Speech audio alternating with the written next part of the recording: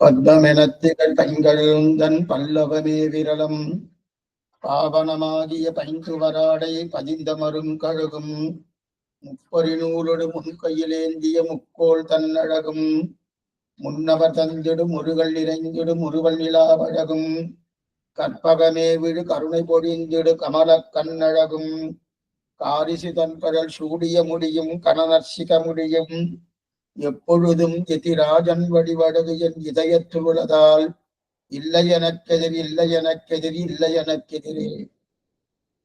ஸ்ரீமத் வேதமார்க்க பிரதிஷ்டாபனாச்சாரியராய் புத வேதாந்தாச்சாரியராய் சுவாமி எழுந்தருளியிருக்கிறார் எம்பெருமானார். அவருடைய சித்தாந்தம் எம்பெருமானார் தரிசனம் என்று கொண்டாடப்படுகிறது. அந்த சித்தாந்தத்திலே வேதாந்தங்களுடைய விசாரங்கள் மிகவும் விபுலமாக உள்ளது. அந்த விபுலமாக இருக்கக்கூடிய இந்த விசாரங்களை நமக்கு நல்ல தெளிவாக காட்டும்படியான ஒரு தன்மையில அமைத்துக் கொடுத்தது சீனிவாசாச்சாரியா சுவாமி சோழசிம்மபுரம்.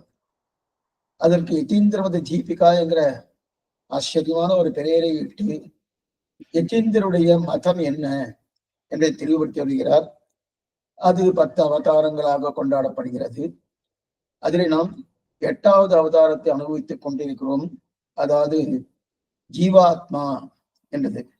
இதுக்கு அடுத்தது ஈஸ்வரன் என்று சொல்லக்கூடிய பரமாத்மா. அதற்கு அடுத்தபடியாக அத்ரவியத்தில் சொல்லணும். அந்த அத்ரவியத்திலே சப்தஸ்பரிச ரூபரசகந்தங்களுடைய நிலை, சத்வரஜஸ்தமசுடைய நிலை, அதை தெரிவிக்கணும். இது 10வது அவதாரம். ஆக 7 அவதாரம் முற்று பெற்றது. 8வது அவதாரத்தின் முடிவிலே நாம் இருக்கிறோம். அதிலே கடந்த காலக்ஷேபம் கார்த்தால காலக்ஷேபத்திலே நாம் இங்கே ஜீவாத்மாவை 3 வகையாக பிரிப்பார்கள் என்றார்.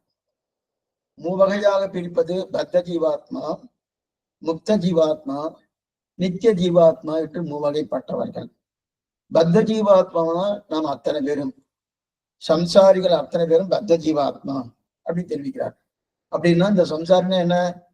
உண்டியே உடையே இம்மண்டலத்தோடும் கூடுவதில்லையாம் என்று இருக்கக்கூடியவர்கள் சம்சாரிகள்.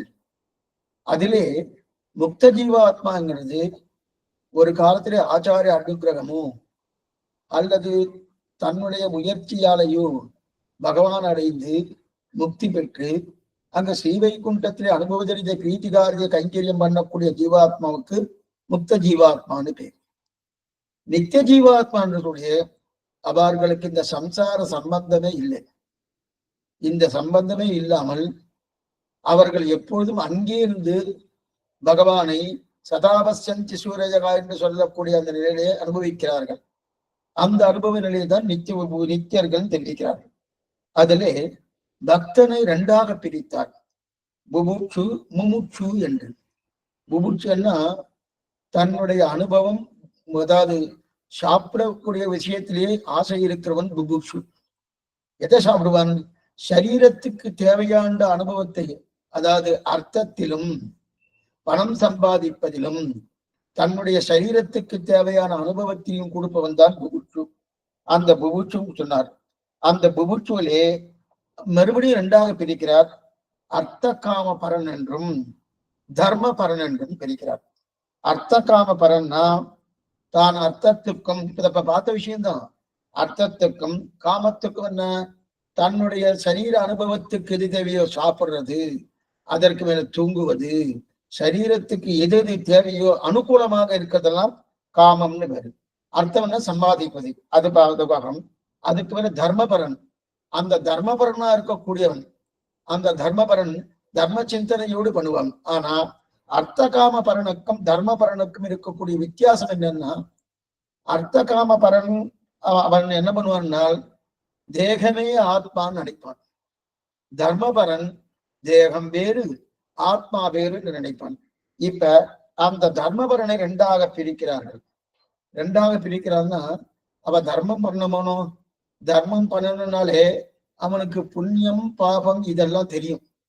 ஏன்னா நாம ஏதோ நல்லது பண்ணினா நமக்கு நல்லது நடக்க போறது என்கிற எண்ணத்தோடு தான் அவன் தர்ம காரியம் பண்ணிட்டு இருக்கான். தர்ம காரியம் பண்ணும்போது அந்த கர்ம காரியத்தை ஒரு இறைவனை முன்னிட்டு கொண்டுதான் பண்றான்.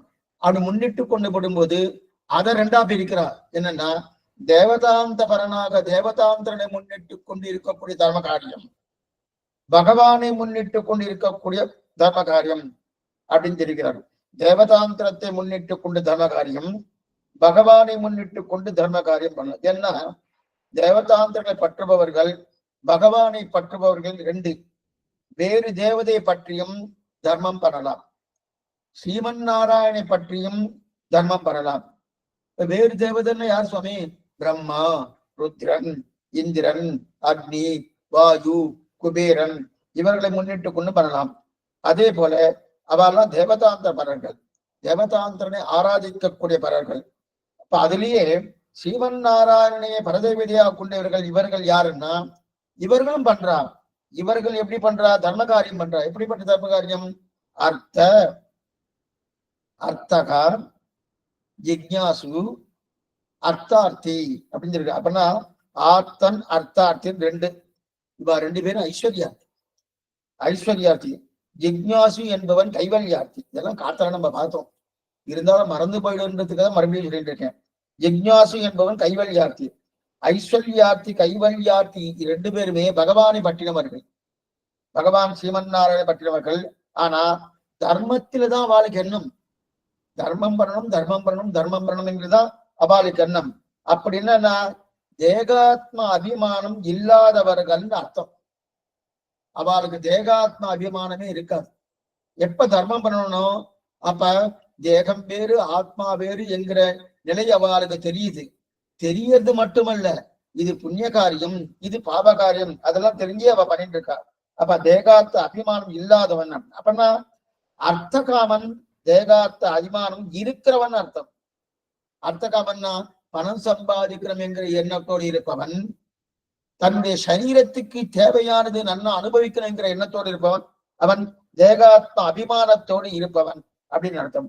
இப்ப பகவானை பற்றியவர்கள் ரெண்டுன்னு பார்த்தோமோனோ, பகவானை பற்றினவர்கள் ரெண்டுன்னு பார்த்தோமோனோ, ஆர்த்தன் அர்த்தார்த்தி ஜிக்ஞாசு.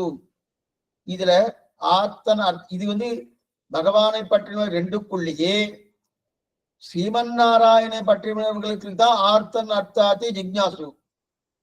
ஆர்த்தன்னாலும் அர்த்தார்த்தினா ரெண்டு பேரும் ஐஸ்வர்யார்த்தி, ஜிக்ஞாசு என்று சொல்றது கைவல்யார்த்தி. சரி, இப்ப இதுல என்னன்னா ஆர்த்தன் அர்த்தார்த்தி இவா ரெண்டு பேரும் இருக்காளணும் ஐஸ்வர்யார்த்தி. ஆர்த்தன் என்றால் அதாவது ஆர்த்தன் அர்த்தார்த்தினா ரெண்டு வகை சொத்து. இங்க சொத்தை ஒருத்தர் தொலைச்சிட்டார், அத பகவான்கிட்ட கேட்கிறவர். இன்னொருத்தருக்கு முதல்ல இருந்தே சொத்து இல்லை, புதுவிதாக சொத்து கேட்கிறார். இதத்தான் அபூர்வ ஐஸ்வர்ய காமன் பிரஷ்ட ஐஸ்வர்ய காமன் சொல்றான் கண்ணன் கீதையிலேயே. கண்ணன் கீதையிலேயே அபூர்வ ஐஸ்வர்ய காமன் பிரஷ்ட ஐஸ்வர்யக்காரன் இவனைத்தான் ஆர்த்தன் என்றும் அர்த்தார்த்தி என்றும் சொல்கிறார். அப்படியா சுவாமி? ஆமா, அபூர்வ ஐஸ்வர்ய காமன் பிரஷ்ட ஐஸ்வர்ய காமன் இழந்த சொத்தை மீண்டும் திருப்பி கொடுன்னு பிரார்த்திப்பது. சொத்தே இல்லை, புதியதாக சொத்தை கொடு என்று பிரார்த்திப்பது. இதுதான் அபூர்வ ஐஸ்வர்ய காமன் பிரஷ்ட ஐஸ்வர்யன் காமன் பேரு. இவாளுக்குதான் ஆர்த்தன் அர்த்தார்த்தின்னு பேரு. இது நமக்கு இந்த பாசனம் சொன்னா நல்லா புரிஞ்சிடும். பெரியாழ்வார் திருப்பல்லாண்டு ஒரு பாசனம்.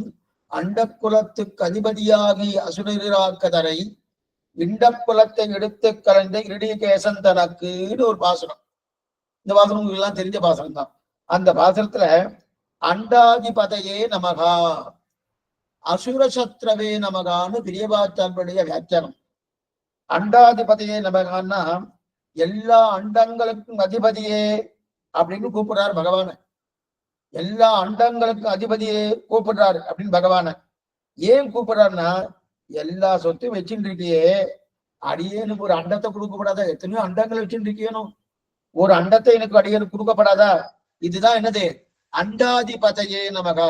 எல்லா சொத்தையும் வச்சுட்டு இருக்கியே, எனக்கு ஒரு அண்டத்தை கொடுக்கப்படாதான்னு சொல்லி தெரிவிக்கிறது அண்டாதிபதையே நமகா. அப்படின்னா இது புது ஐஸ்வர்யத்தை பிரார்த்திப்பது அப்படின்னு அர்த்தம். புது ஐஸ்வர்யத்தை பிரார்த்திப்பதுன்னு அர்த்தம். அசுரசத்ரவே நமகா ரெண்டு விஷயம் எனக்கு பார்த்திருக்காரு. அண்டாதிபதையே நமகா அசுர சத்ரவே நமகா அப்படின்னு இருக்கா இல்லையா?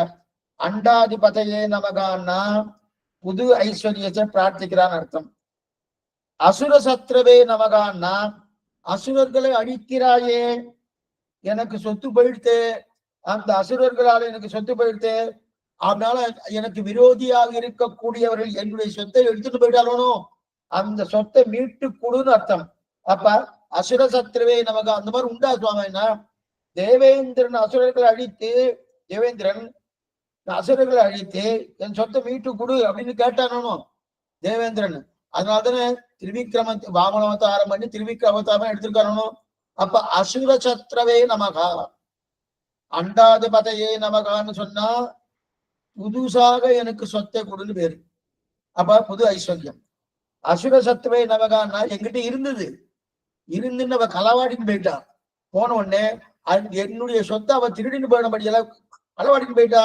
அவள்கிட்ட திருப்பி கூடி திருப்பி வாங்கி கொடுன்னு தான் அசுரர்களை அழித்து என்னுடைய விரோதியை போக்கி எனக்கு சொத்தை கொடுன்னு தெரிவிக்கிறார். இவா ரெண்டு பேரும் யாருன்னா ஐஸ்வர்யார்த்தி பேர். இவா ரெண்டு பேருமே இந்த ஐஸ்வர்யார்த்தியும் பகவான தான் பிரார்த்திப்பான். பகவான தான் பிரார்த்திக்கிறார். எதுக்கு சொல்ல வந்த? இந்த ஐஸ்வர்யார்த்தியம் பகவானத்தான் பிரார்த்திக்கிறார். எதுக்கு சொல்ல வந்தேன்னா, அது அண்டாதிபதையே நமகா அசுர சத்ரவே நமகான்னு சொல்லிட்டு இருக்கார். அதுக்கப்புறம் இதத்தான் அண்ட குலத்துக்கு அதிபதியாகி அசுரராக்கதரை அப்படின்னு சொல்லியிருக்கிறார் இல்லையா? அண்ட குலத்துக்கு அதிபதியாகி அண்டாதிபதையே நமகா அசுரராக்கதரை இண்ட குலத்தை எடுத்து கலந்து ரிடிகேசந்தனக்கு இது அசுர சத்ரவே நமகான்னு பேரு. இது ரெண்டு பேரும் ஆர்த்தன் அர்த்தார்த்தின்னு பேரு. அதுக்கு அடுத்தபடியால ஜிக்ஞாசு, அதுக்கு அடுத்தபடி ஜிக்ஞாசு. இந்த ஜிக்ஞாசு என்று சொல்லக்கூடியதான் கைவல்யார்த்தி. இதெல்லாம் ஜீவாத்மாவுடைய நிலையை பத்தி சொல்லிட்டு இருக்கோம். ஜீவாத்மாவுக்கு பத்தன் முக்தன் நித்தியன். அந்த பத்தன் பிரிச்சும் புபுட்சு முமுட்சுன்னு ஆயிடுத்து. அந்த முமுட்சுக்குள்ளேயே அர்த்தகாமபரன் தர்மபரன் ரெண்டு பேரும் வந்துட்டா. அதே ஒரு முமுட்சு, அதே போல கைவல்யார்த்தி ஜிக்ஞாசு. இப்ப ஆர்த்தன் அர்த்தார்த்தி தான், நல்லா புரிஞ்சுக்கோ, ஆர்த்தன் அர்த்தார்த்தி தான் ரெண்டு பேருமே ஐஸ்வர்யார்த்தி. கைவல்யார்த்தி யார் சுவாமி? கைவல்யார்த்தி இவர் ஆர்த்தன் அர்த்தார்த்தி ரெண்டு பேருமே இங்கேயே இவ அனுபவிக்கிறவா. கைவல்யார்த்தி இவர்கள் இருவரும் போகத்திலிருந்து தர்மத்தை பிரித்து அர்த்த காமத்தை பிரித்து தர்மத்தில் தேவதாந்திரம் பகவான் என்று பிரித்து அந்த பகவானை பற்றுவர்களுக்குள்ளே ஐஸ்வர்யார்த்தி கைவர்யார்த்தி என்று பிரித்தது தேசிகன் பட்சம். இப்ப இதுல கொஞ்சம் நீங்க கொஞ்சம் கவனமா கேட்கணும். இப்ப இந்த விதியில ஐஸ்வர்யார்த்தி கைவல்யார்த்தி ரெண்டு பேர் இருக்கா இல்லையா? இதுல தேசிகனுடைய பட்சத்துக்கும் பிள்ளலோகாருடைய பட்சத்துக்கும் கொஞ்சம் வித்தியாசம் உண்டு. ஏற்கனவே இதுக்கு முன்னாடி ஒண்ணு பார்த்திருக்கும், அது சரணாகதி விஷயத்துல. இப்ப கைவல்யார்த்தி விஷயத்துல ரெண்டு பேருக்கும் கொஞ்சம் வித்தியாசம் உண்டு. என்ன வித்தியாசம்னா, ஆர்த்தன் அர்த்தார்த்தி இவர்தான் யாரு? ரெண்டு பேருமே பிரஷ்ட ஐஸ்வர்ய காமன் அபூர்வ ஐஸ்வர்ய காமன். அப்படின்னா இழந்த சொத்தை மீட்டு கொடுக்க சொல்லி ஒரு நிலை, புதியதாக சொத்து வேண்டும் என்கிற நிலை. இந்த ரெண்டு நிலை இருக்கு இல்லையா? இதுல இவ ரெண்டு பேருமே இந்த லோகத்துல நல்ல தர்மத்தை பிரித்து அர்த்த காமத்தை பிரித்து தர்மத்தில் தேவதாந்திரம் பகவான் என்று பிரித்து இதெல்லாம் பிரிச்சிருக்காரு ஏற்கனவே. அதெல்லாம் பிரிச்சு இதெல்லாம் பிரிச்சு இங்க வந்துட்டா, பகவான்கிட்ட வந்துட்டா. பகவான்கிட்ட பத்திரா இல்லையா? பத்தர்ச்சே ஐஸ்வர்யார்த்தி கைவர்யார்த்தி ரெண்டு பேரும் சேர்த்து ஒரு கோஷ்டியா வச்சுட்டார் யாரு? வேதாந்த தேசிகர். ஐஸ்வர்யார்த்தி கைவல்யார்த்தி, இது கொஞ்சம் கவனமா கேளுங்க. ஐஸ்வர்யார்த்தி கைவல்யார்த்தி ரெண்டு பேருமே ஒரே கோஷ்டியா வச்சுட்டார் யாரு? வேதாந்த தேசிகர். ஆனா பில்லலோகாச்சார பட்சத்தின்படி பார்த்தார், இங்கே சொல்லப்பட்ட கைவல்யார்த்தி மோட்சார்த்திக்குள்ள போயிடுறாரு. இங்க சொல்லப்பட்ட கைவல்யார்த்தி மோட்சார்த்திக்குள்ள போயிடுறாரு. அந்த பாருங்க. அப்படின்னா இவர் சேர்த்தது புபூட்சு கிட்ட. புபூட்சு என்ன? அர்த்த காமன் என்ன? அதே சாரி ஐஸ்வர்ய காமன் என்ன? அந்த ஐஸ்வர்ய காமனோடு சேர்த்துட்டார் யாரு? கைவல்யார்த்தியை வேதாந்த தேசிகர். ஆனா ஐஸ்வர்யார்த்தியோடு சேர்க்கல பிள்ளலோகாச்சாரியர். ஏன் இந்த மாதிரி பண்ணார்? பிள்ளலோகாச்சாரியர் ஏன் இந்த மாதிரி பண்ணார்? இவர் ஏன் இந்த மாதிரி பண்ணாருன்னா கொஞ்சம் நிதானமா கேளுங்க. இங்க சொல்லப்பட்ட கைவல்யார்த்தியம் மோட்சார்த்தியோடு சேர்த்துட்டார். கைவல்யார்த்தியை பிள்ளை ஏன் மோட்சாட்சியோடு சேர்த்தான்னா, மோட்சத்துக்கு அர்ச்சித்து போகிறவன் திரும்ப வரமாட்டான்றது லோகாச்சாரியன் பட்சம். இப்ப ஐஸ்வர்யார்த்தி இருக்கானு, ஐஸ்வர்யார்த்தி எதை கேட்க போறான்? சொர்க்கத்தை கேட்பான், இல்ல பித்ருலோகத்தை கேட்பான், சந்திரலோகத்தை கேட்பான். இந்த லோகத்திலையும் கேட்கலாம். கேட்கறானு எங்க போனாலும் திரும்ப வருவது உண்டு. ஆனா கைவல்யார்த்தி திரும்ப வருவானா? திரும்ப வரமாட்டான். திரும்பி வராதபடியாலே அப்ப அந்த கோஷ்டிக்குள்ளேயே ஞானி, ஜிக்ஞாசு, ஆர்த்தன், அர்த்தார்த்தி 3 பேர் எடுத்தோம். ஆர்த்தன், அர்த்தார்த்தி, ஜிக்ஞாசு. ஜிக்ஞாசு தான் கைவல்யார்த்தி. ஆர்த்தன், அர்த்தார்த்தி தான் யாரு? ஐஸ்வர்யார்த்தி. 2 பேர் சொல்லியிருக்கேன்னா, ஒன்னு இழந்த ஐஸ்வர்யம், மற்றொன்று புதியதான ஐஸ்வர்யம். இந்த 2 பேருக்குமே என்னது? பிரஷ்ட ஐஸ்வர்ய காமன், அபூர்வ ஐஸ்வர்ய காமன் பேரு. அத ஐஸ்வர்யார்த்தியை ஒரு கோட்டியா வச்சுட்டார். கைவல்யார்த்தியை ஒரு கோட்டியா பிரிச்சார். அந்த கைவல்யார்த்தியை மோட்சார்த்தி கோட்டியில பிரிச்சுட்டார் பிள்ளலோகாச்சாரியன். ஆனா கைவல்யார்த்தியையும் அதே போல ஐஸ்வர்யார்த்தியையும் 2 பேருமே ஒரு கோட்டில வச்சுட்டார் வேதாந்த தேசிகர். என்ன சுவாமி வித்தியாசம்னா என்ன வித்தியாசம்? பிள்ளலோகாச்சாரிய பட்சத்தின்படி அப்படின்னா சாஸ்திரத்தின்படி இது என்னன்னா, இந்த கைவல்யார்த்தி இருக்கானு அவன் இங்கிருந்து கைவல்ய மோட்சத்துக்கு போயாச்சுன்னா திரும்புதல் கிடையாது, திரும்பி வரவே மாட்டான். ஏன்னா கைவல்யத்தை அர்த்தித்து போகிறவன் அவன் திரும்பி வரப்போறதே கிடையாது. யாரும் வரமாட்டா? பகவன் லாபார்த்தியும் திரும்புதல் கிடையாது, கைவல்யார்த்தியும் திரும்புதல் கிடையாது. இது எங்க தெரியறதுன்னா, மூச்சுக்கறிய வேண்டும் ரகசியம் 3ன்னு மூச்சு படல ஒரு சூத்திரம். அங்க வடவாள மாவளியே முதல்ல கேள்வி கேட்டுட்டார். அந்த இடம் வரைச்ச சொல்றேன். அந்த இடம் நான் இப்பதான் வரப்போறது சொல்றேன் நான். இப்ப இதுல என்னன்னா, பகவன் லாபார்த்தியும் ஸ்ரீவைகுண்டம் போன பிறகு திரும்ப வரப்போறது கிடையாது. கைவல்யார்த்தியும் அதே போல கைவல்ய மோட்சத்துக்கு அடைந்த பிறகு திரும்ப வரப்போறது கிடையாது. திரும்பி வராதவன் ஒரு கோட்டியை சேர்க்கணுமோனோ, அதனால அந்த பரம கைவல்யார்த்தியும் மோட்சார்த்தி கோட்டில சேர்த்துட்டார் திரிலோகாச்சாரியர். ஆனா அந்த மோட்சார்த்தி கோட்டில சேர்க்காம சுவாமி வேதாந்த தேசிகர் ஐஸ்வர்யார்த்தி கோட்டில சேர்த்துட்டார். ஏன் சுவாமின்னா, ஐஸ்வர்யார்த்தி இந்த லோகத்துல தானே இருக்கான். அவன் சந்திரமண்டலம் போலாம், அல்லது சொர்க்கத்துக்கு போலாம், எங்க வேணா போலாம். எங்க போனாலும் திரும்பி வரணும். திரும்பி அவனுக்கு ஏதோ ஆச்சார அனுகிரகத்தால மறுபடியும் மோட்சத்துக்கு போறதுக்கு வாய்ப்பு இருக்கணும். இருக்கு சுவாமி. சரி, அப்ப ஐஸ்வர்யார்த்தி அந்த வாய்ப்பு இருக்கு. அதே போல வாய்ப்பு கைவல்யார்த்திகள் இருக்குங்கிற அபிப்பிராயம் வேதாந்த தேசிகருக்கு. என்ன பண்ணிக்கோ, வேதாந்த தேசிகர் பட்சம் கைவல்யார்த்திக்கு மறுபடியும் அவன் பகவத் அனுகிரகத்தாலேயோ ஆச்சாரிய கட்டாட்சத்தாலேயோ அவன் திரும்ப மோட்சானந்தம் போவதற்குண்டான வாய்ப்புகள் உண்டு என்கிற பட்சம் வேதாந்த தேசிகர்து. ஆனா பிள்ளலோகாச்சாருடைய பட்சம் கிடையாது, கிடையவே கிடையாது. அவர் கைவல்யார்த்தி மோட்சத்தை அடைந்தார் என்றால் திரும்புதலே கிடையாது. அதோடு கதி இனிமேவன் மோட்சானந்துக்கு அதுவன் பகவத பிரீத்திக்காக கைங்கரியத்துக்கு போவதற்கு வாய்ப்பே கிடையாது. இது பிள்ளலோகாச்சாரிய பட்சம். ஏன் சுவாமி ரெண்டு பட்சத்துக்கும் சாஸ்திர வாக்கியம் உண்டு. 2 பட்சத்துக்கும் சாஸ்திர வாக்கியம் உண்டு, இருக்கட்டும், இது ஒரு பக்கம். ஆனாலும் ஏன் 2 பேரும் அப்படி சொல்றான்னா, கைவல்யார்த்தி என்கிற பட்சம் வேதாந்த தேசிகர் பிரகாரம் இந்த 14 லோகங்கள் அண்டகடாகங்கள் இருக்கு இல்லையா, அந்த அண்டகடாகங்களுக்குள்ளேயே இந்த கைவல்யார்த்தி இருக்கான், விரஜா நதியை தாண்டி போகவில்லை என்கிற பட்சம் வேதாந்த தேசிகருடையது. ஆனால் விரஜா நதியை தாண்டின பிறகு ஏதோ ஒரு மூலையில போய் தன்னுடைய ஆத்மாவை தானே அனுபவித்துக் கொள்கிறான் என்கிற நிலை திரிலோகாச்சார பட்சம். எப்ப விரஜா நதியை தாண்டியாச்சோ இனிமே இந்த லோகத்துக்கு வர முடியாது.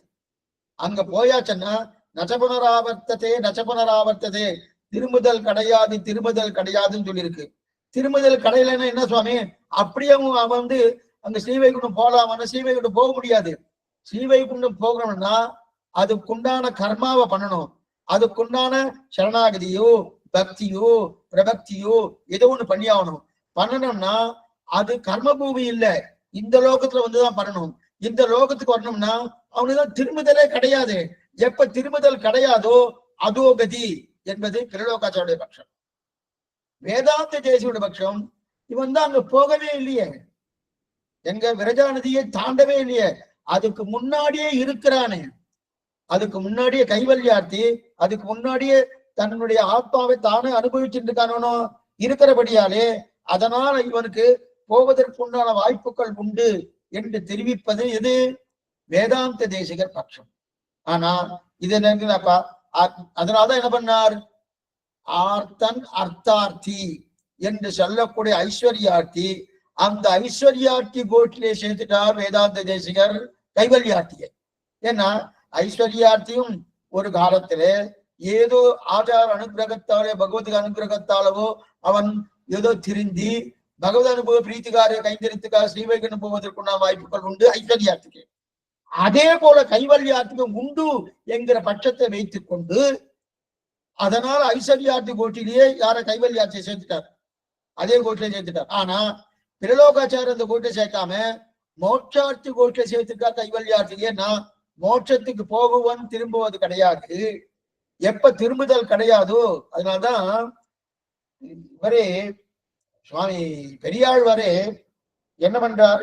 ஏடி நிலத்தில் இடுவதன் முன்னம் வந்து எங்கள் குடான் புகுந்து கூடும் மனமுடையீர்கள் வரம்படி வந்துள்ள கூடுமினோ இந்த பாதத்தை வைக்கிறார். ஏன் இதை வைக்கிறார்? ஏடு நிலத்தில் இடுவதன் முன்னம் வந்தியங்கள் குடான் புகுந்து, இந்த சரீரத்தை கொண்டு போய் எங்க அங்க கொண்டு போய் வைக்கிறதுக்கு முன்னாடி இந்த சரீரம்னா ஆத்மா பிரிஞ்சு போறதுன்னு சரீரத்தை அங்க வச்சாச்சுன்னா அதுக்கப்புறம் அதோகதி தான். அதோகதி என்னன்னு அர்த்தம்? கைவல்யார்த்தி இங்கிருந்து கிளம்பி போயாச்சு, விரஜையை தாண்டியாச்சு. எப்ப சரி சுவாமி விரஜையை தாண்டினானு, தாண்டினதுக்கு அப்புறம் ஸ்ரீவைகுண்டம் போக மாட்டான்னா அவனுக்கு விருப்பம் இல்லை. ஸ்ரீவைகுண்டம் போக மாட்டான்னா போக விருப்பம் இல்லை. ஏன்னா அவனுக்கு விருப்பம் இல்லாதபடியால் இதை பண்ணா. இந்த சந்தேகம் வந்தபடியாலதான் இப்ப மும்முச்சுப்படி என்கிற கிரந்தம் பிரலோகாச்சார அனுகிரகித்தது 18 ரகசிய கிரந்தங்கள். அதுல மும்முச்சுப்படி ஒரு ஆச்சரியமான கிரந்தம். அந்த மும்முச்சுப்படியில ஒரு சூத்திரம், மும்முச்சுக்கு அறிய வேண்டும் ரகசியம் 3 அப்படின்னு தெரிவிக்கிறார். அப்ப இதுல வியாக்கியாதா மணவாளம் அவனை விசாரிக்கிறார், மும்முச்சுன்னா யாரு? மும்முச்சுன்னா யாரு? கைவல்யார்த்தியா பகவல்லார்த்தியா? பெரிய பெருத்த சந்தேகம் இந்த. ஏன்னா பகவல்லாபார்த்திக்கும் மும்முச்சுன்னு பேரு, மோட்சத்துல இச்சை இருக்கிறவனுக்கு மும்முச்சு. கைவல்யார்த்திக்கும் மும்முச்சோ பேரான சொன்ன. ஆமா, கைவல்யார்த்திக்கும் மும்முச்சுன்னு பேரு, மோட்சத்துல இச்சை இருக்கணும். கைவல்யார்த்தி தான் மோட்சத்துக்கே போகலையே சுவாமி, அவனுக்கு எப்படி மோட்சத்துல இச்சை இருக்குன்னு சொல்ல முடியும்னா? மோட்சம்னா என்ன தெரியுமா அர்த்தம்? விடுதலைன்னு அர்த்தம். மோட்சம் என்றாலே விடுதலை. இந்த கிரகணம் எல்லாம் பிடிக்கிறதுன்னு, கிரகணம் பிடிக்கிறச்சே பஞ்சாங்கத்துல பார்க்கலாம். ஸ்பரிசம்னு போடுவா, மத்தியமம்னு போடுவா, அதுக்கப்புறம் விடுதலைன்னு போடுவா, இல்ல மோட்சம்னு போடுவா. மோட்சம்னா என்ன ஆச்சு? அங்கன்னா கிரகணம் பிடிச்சிருக்கு அந்த ராகு மோட்சத்துக்கு போயிட்டானே, அதெல்லாம் ஒண்ணும் கிடையாது. மோட்சம்னா விடுதலைன்னு அர்த்தம். அப்ப மும்முச்சுக்கு அறிய வேண்டும் ரகசியம் உண்டுனா மோட்சத்தில் இச்சை இருக்கிறவனுக்கு மும்முச்சு. விடுதலை என்ன? விடுதலை சம்சாரத்திலிருந்து விடுதலை, சரீரத்திலிருந்து விடுதலை. இந்த சரீரம் பிராகிருத சரீரம், பிராகிருத சரீரத்திலிருந்து விடுதலை, சம்சாரத்திலிருந்து விடுதலை, 7 14 லோகங்கள் அண்டகடாகத்தில் விடுதலை. அப்ப பாப கர்மாக்களிலிருந்து விடுதலை, இந்த விடுதலை. இந்த இதுல இருந்து நான் கிளம்பி இதுல இருந்து இனிமே நான் அதுல எனக்கு கலக்க போறதே கிடையாது என்கிற நிலை ஏற்பட்டவனுக்குத்தான் என்னது? மும்முச்சுன்னு பேரு. அப்ப மோட்சத்துல இச்சை இருக்கிறவனுக்கு மும்முச்சுன்னு பேரு. இந்த கைவல்யார்த்திக்கும் பகவல்லாபார்த்திய போலே கிட்டத்தட்ட அதே மாதிரியே வந்துடுறான். பகவல்லாபார்த்திக்கு இந்த சம்சாரத்துல விருப்பமா? இல்லை. பகவல்லாபார்த்திக்கு இந்த சரீரத்துல விருப்பமா? இல்ல. பகவல்லாபார்த்திக்கு இந்த லோகத்துல விருப்பமா? இல்ல. பகவல்லாபார்த்திக்கு கர்மால விருப்பமா? இல்லை. அதே போலதான் கைவல்யார்த்திக்கும் இந்த சரீரம் வேண்டாம், இந்த கர்மாக்கள் வேண்டாம், அதே போல இந்த லோகம் வேண்டாம், இந்த எதுவுமே வேண்டாம், எதுவுமே வேண்டாம். எது வேணும்னா என் ஆத்மாவை நானே அனுபவித்துக் கொள்ள வேண்டும். இது கைவல்யார்த்த நிலை. அப்ப கிட்டத்தட்ட பகவன் லாபார்த்துக்கு என்னென்ன குவாலிட்டிஸ் உண்டோ, என்னென்ன தகுதிகள் உண்டோ, அவன் மோட்சத்துக்கு அவன் ஸ்ரீவைகுண்டம் அடைய அநேகமா அந்த தகுதிகள்லாம் கைவல்யார்த்தையும் பெற்றுட்டு இருக்கான். பெற்றுட்டு இருக்கிறபடியால்தான் மும்மூச்சுன்னு அவருக்கும் பேர் கொடுத்திருக்கா. ஏன்னா மோட்சம் எதிலிருந்து விடுதலை? சரீரத்திலிருந்து விடுதலை, கர்மாக்கிலிருந்து விடுதலை, இந்த லோகத்திலிருந்து விடுதலை. அதனால அவனையும் மும்மூச்சுன்னு சொல்லலாம்னு ஆயிடுத்து. ஆயினோன்னு இப்ப திருமந்திரம் யாருக்கு சுவாமி உபதேசம்? மும்மூச்சு கரைய வேண்டும் ரகசியம் மூன்று ரகசியங்கள் என்ன? திருமந்திரம் என்ன, துவயம் என்ன, சர்ம ஸ்லோகம் என்ன? இந்த 3 ரகசியங்களையும் கைவல்யார்த்திக்கு சொல்லணுமா, பகவன் லாபார்த்திக்கு சொல்லணுமா? ஏன்னா அங்க திரலோகாச்சாரிய சூத்திரம் என்னன்னா, மும்மூச்சு கறிய வேண்டும் ரகசியம் 3ன்னு போட்டாச்சு. மும்மூச்சு என்ற சப்தத்தாலே கைவல்யார்த்தியும் சொல்லலாம், பகவன் லாபார்த்தியும் சொல்லலாம். அப்ப 2 பேருக்குமே ரகசியத்திரை வேணுமான்னா தேவையில்லையே. கைவல்யார்த்திக்கு ரகசியத்திரை தேவையில்லை. ஏன்னா கைவல்யார்த்தியுடைய நிலை என்ன? தன் ஆத்மாவை தானே அனுபவித்துக் கொள்ள வேண்டும், சுயானுபவம். அந்த சுயானுபவத்துக்காக அவன் காத்துட்டு இருக்கான், அனுபவிக்கிறதுக்கான. அப்ப அவனுக்கு ரகசியத்திரை இருக்குன்னு இருந்தா அவன் பகவத் அனுபவம் தான் கேட்பான், இதை கேட்க மாட்டான். அதனால அவனுக்கு ரகசியத்திரை தேவையில்லை. அவனுக்கு என்ன? தன் ஆத்மாவை அனுபவிக்கணும்னு இருக்கான். அதனால மனவாள ஸ்பஷ்டமா தெரிவிக்கிறார். மும்மூச்சு கறி வேண்டிய ரகசியம் 3ன்றதுல என்னன்னா, ரகசியத்தை ஞானம் யாருக்கு? இந்த கைவல்யார்த்திக்கு வேண்டாதபடியால் மும்மூச்சுக்குள்ளே பகவன் லாபார்த்தியை மட்டும்தான் அங்க சங்கோஷம் பண்ணி கொள்ளணும் அப்படின்னு மனவாளனுடைய வியாக்கியானங்க. சங்கோஷம் என்ன? அந்த மும்மூச்சுன்னு கைவல்யார்த்தியை சொல்லி இருந்தாலும் அங்க கைவல்யார்த்தியை சொல்லி இருந்தாலும் அந்த கைவல்யார்த்தியை விட்டுட்டு பகவன் லாபார்த்தியைத்தான் இங்க மும்மூச்சு என்று பிலலோகாச்சர் எடுத்திருக்கார் என்று சங்கோஷம் பண்ணி கொள்ளும் போது அங்க வியாக்கியானம். ஆக அப்படிப்பட்ட நிலை இருக்கச்சே, ஆக ஆர்த்தன் என்றால் பிரெட் ஐஸ்வர்ய காமன். இருக்கிறத தொலைச்சிட்டு கிடைக்கிறன்னு பார்க்கணும் ஆர்த்தன். அர்த்தார்த்தின்னா அபூர்வ ஐஸ்வர்ய காமன். இருக்கிறத தொலைச்சிட்டான்னா அவனுக்கு பிரஷ்ட ஐஸ்வர்யகாரன் பேரு, அவனுக்கு ஆர்த்தன்னு பேரு. அர்த்தார்த்தின்னா அபூர்வ ஐஸ்வர்ய காமன். புதியதாக சொத்து வேணும்னு கேட்கிறானோ இது தெரிகிறான். இப்ப அடுத்தது மும்மூச்சுக்கள் 2 வகை அப்படின்னாரு. இது வரைக்கும் உங்களுக்கு புரிஞ்சிருக்குன்னு நினைக்கிறேன். புரியலன்னா கடைசியில் முடிஞ்சதுக்கும் கேளுங்க, அது பதில் சொல்றேன். இப்ப என்னன்னா மறுபடியும் சொல்றேன், இன்னொரு தடவை சொல்கிறேன். தேசிகருடைய பட்சத்துக்கும் திரலோகாஜுடைய பட்சத்துக்கும் என்ன வித்தியாசம் என்றால், கைவல்யார்த்திக்கு மறுபடியும் ஸ்ரீவைகுண்டம் போவதற்குண்டான வாய்ப்பு உண்டு என்று சொல்வது தேசிகன் பட்சம். அந்த வாய்ப்பே கிடையாது என்று சொல்வது திரலோகாச்சார பட்சம். 2 பேருக்கும் சாஸ்திர வாக்கியங்கள் இருக்கு. அந்த விசாரம் நம்ம போக வேண்டாம். அது 2 பேரும் மகனீயர்கள் அவ பண்ணியிருக்கா இருக்கட்டும். ஆனா அதனால வேதாந்த தேசிகர் ஐஸ்வர்யார்த்தி கோஷ்டியோடு சேர்த்துட்டார் யாரு? கைவல்யார்த்தியை. இவன் திரும்ப வரப்போறது கிடையாது, கைவல்யார்த்தி போனதுதான், இவன் திரும்ப போகிறதே கிடையாதுன்றதுக்காக மோட்சார்த்தி கோஷ்டியோடு சேர்த்துட்டார் கைவல்யார்த்தியை யாரு? பிரலோகாச்சாரியர். இது வரைக்கும் தெரிஞ்சு போயிடுச்சு. இப்ப அடுத்து அந்த மும்மூச்சுக்கள் 2 வகையினர் மேற்கொண்டு சொல்றேன். அப்படின்னா கைவல்யார்த்தி மும்மூச்ச சேகரார், இது பிரலோகாச்சார சத்தியம். மும்மூச்சு 2 வகை என்பது என்னதுன்னு? கைவல்யார்த்தியில் மோட்சத்தில் விருப்பம் இருப்பவர்கள் என்று அர்த்தம். அப்படின்னா கைவல்யம்னா என்னது? கைவல்யம்னா என்ன சொல்லி? கர்மங்கள் தொலைஞ்சு போயிடும், சரீரம் தொலைஞ்சு போயிடும், ஆத்மா சரீரத்தை விட்டு பிரிஞ்சிடும், திரும்ப சரீரம் கிடைக்காது. அது மாத்திரம் இல்ல, அனுமாத்திர சுரூபம் ஆத்மா. அந்த ஆத்மா ஆனந்தமாக தன்னை தானே அனுபவித்துக் கொள்ளக்கூடிய அனுபவம் இருக்கு இல்லையா? அதுதான் கைவல்யம். கைவல்யம் என்னது? கர்மங்கள் தொலைஞ்சிடும், சரீரம் தொலைஞ்சிடும். அநேகமா பகவன் லாபார்த்தியை போலதான் கைவல்யார்த்தியும். அநேகமா பகவன் லாபார்த்தியை போலதான் கைவல்யார்த்தியும். கர்மங்கள் தொலையும், சரீரம் தொலையும், ஆத்மா பிரிஞ்சிடும், திரும்ப இந்த சரீரம் கிடைக்காது. இந்த சரீரம் கிடைக்காது. ஆத்மா அனுமாத்திர சுரூபம். அந்த ஆத்மா ஆனந்தமாக தன்னை தானே அனுபவித்துக் கொள்கிறீர்களா? அந்த அனுபவம் தான் கைவல்ய அனுபவம். பேரே பாருங்க, கைவல்யம். கேவலம், கேவல அனுபவம். கேவல அனுபவம் அப்படின்னா தமிழ்ல கேவலம் கேவலம்னு சொன்னா மட்டம்னு அர்த்தம். கேவலமா பேசுறேன், மட்டமா பேசுறேன்னு. ஆனா சம்ஸ்கிருதத்தை கேவலம்னா ஒண்ணு ரெண்டாவது கிடையாதுன்னு அர்த்தம். கேவலம், கேவலம் ராகவன் மட்டும் வந்தார்னா அவர் மட்டும் வந்தார். கேவலம் ராகவன் வந்தார், கேவலம் ராகவன் வந்தா அவர் மட்டும் வந்தார். மட்டும் அர்த்தம்.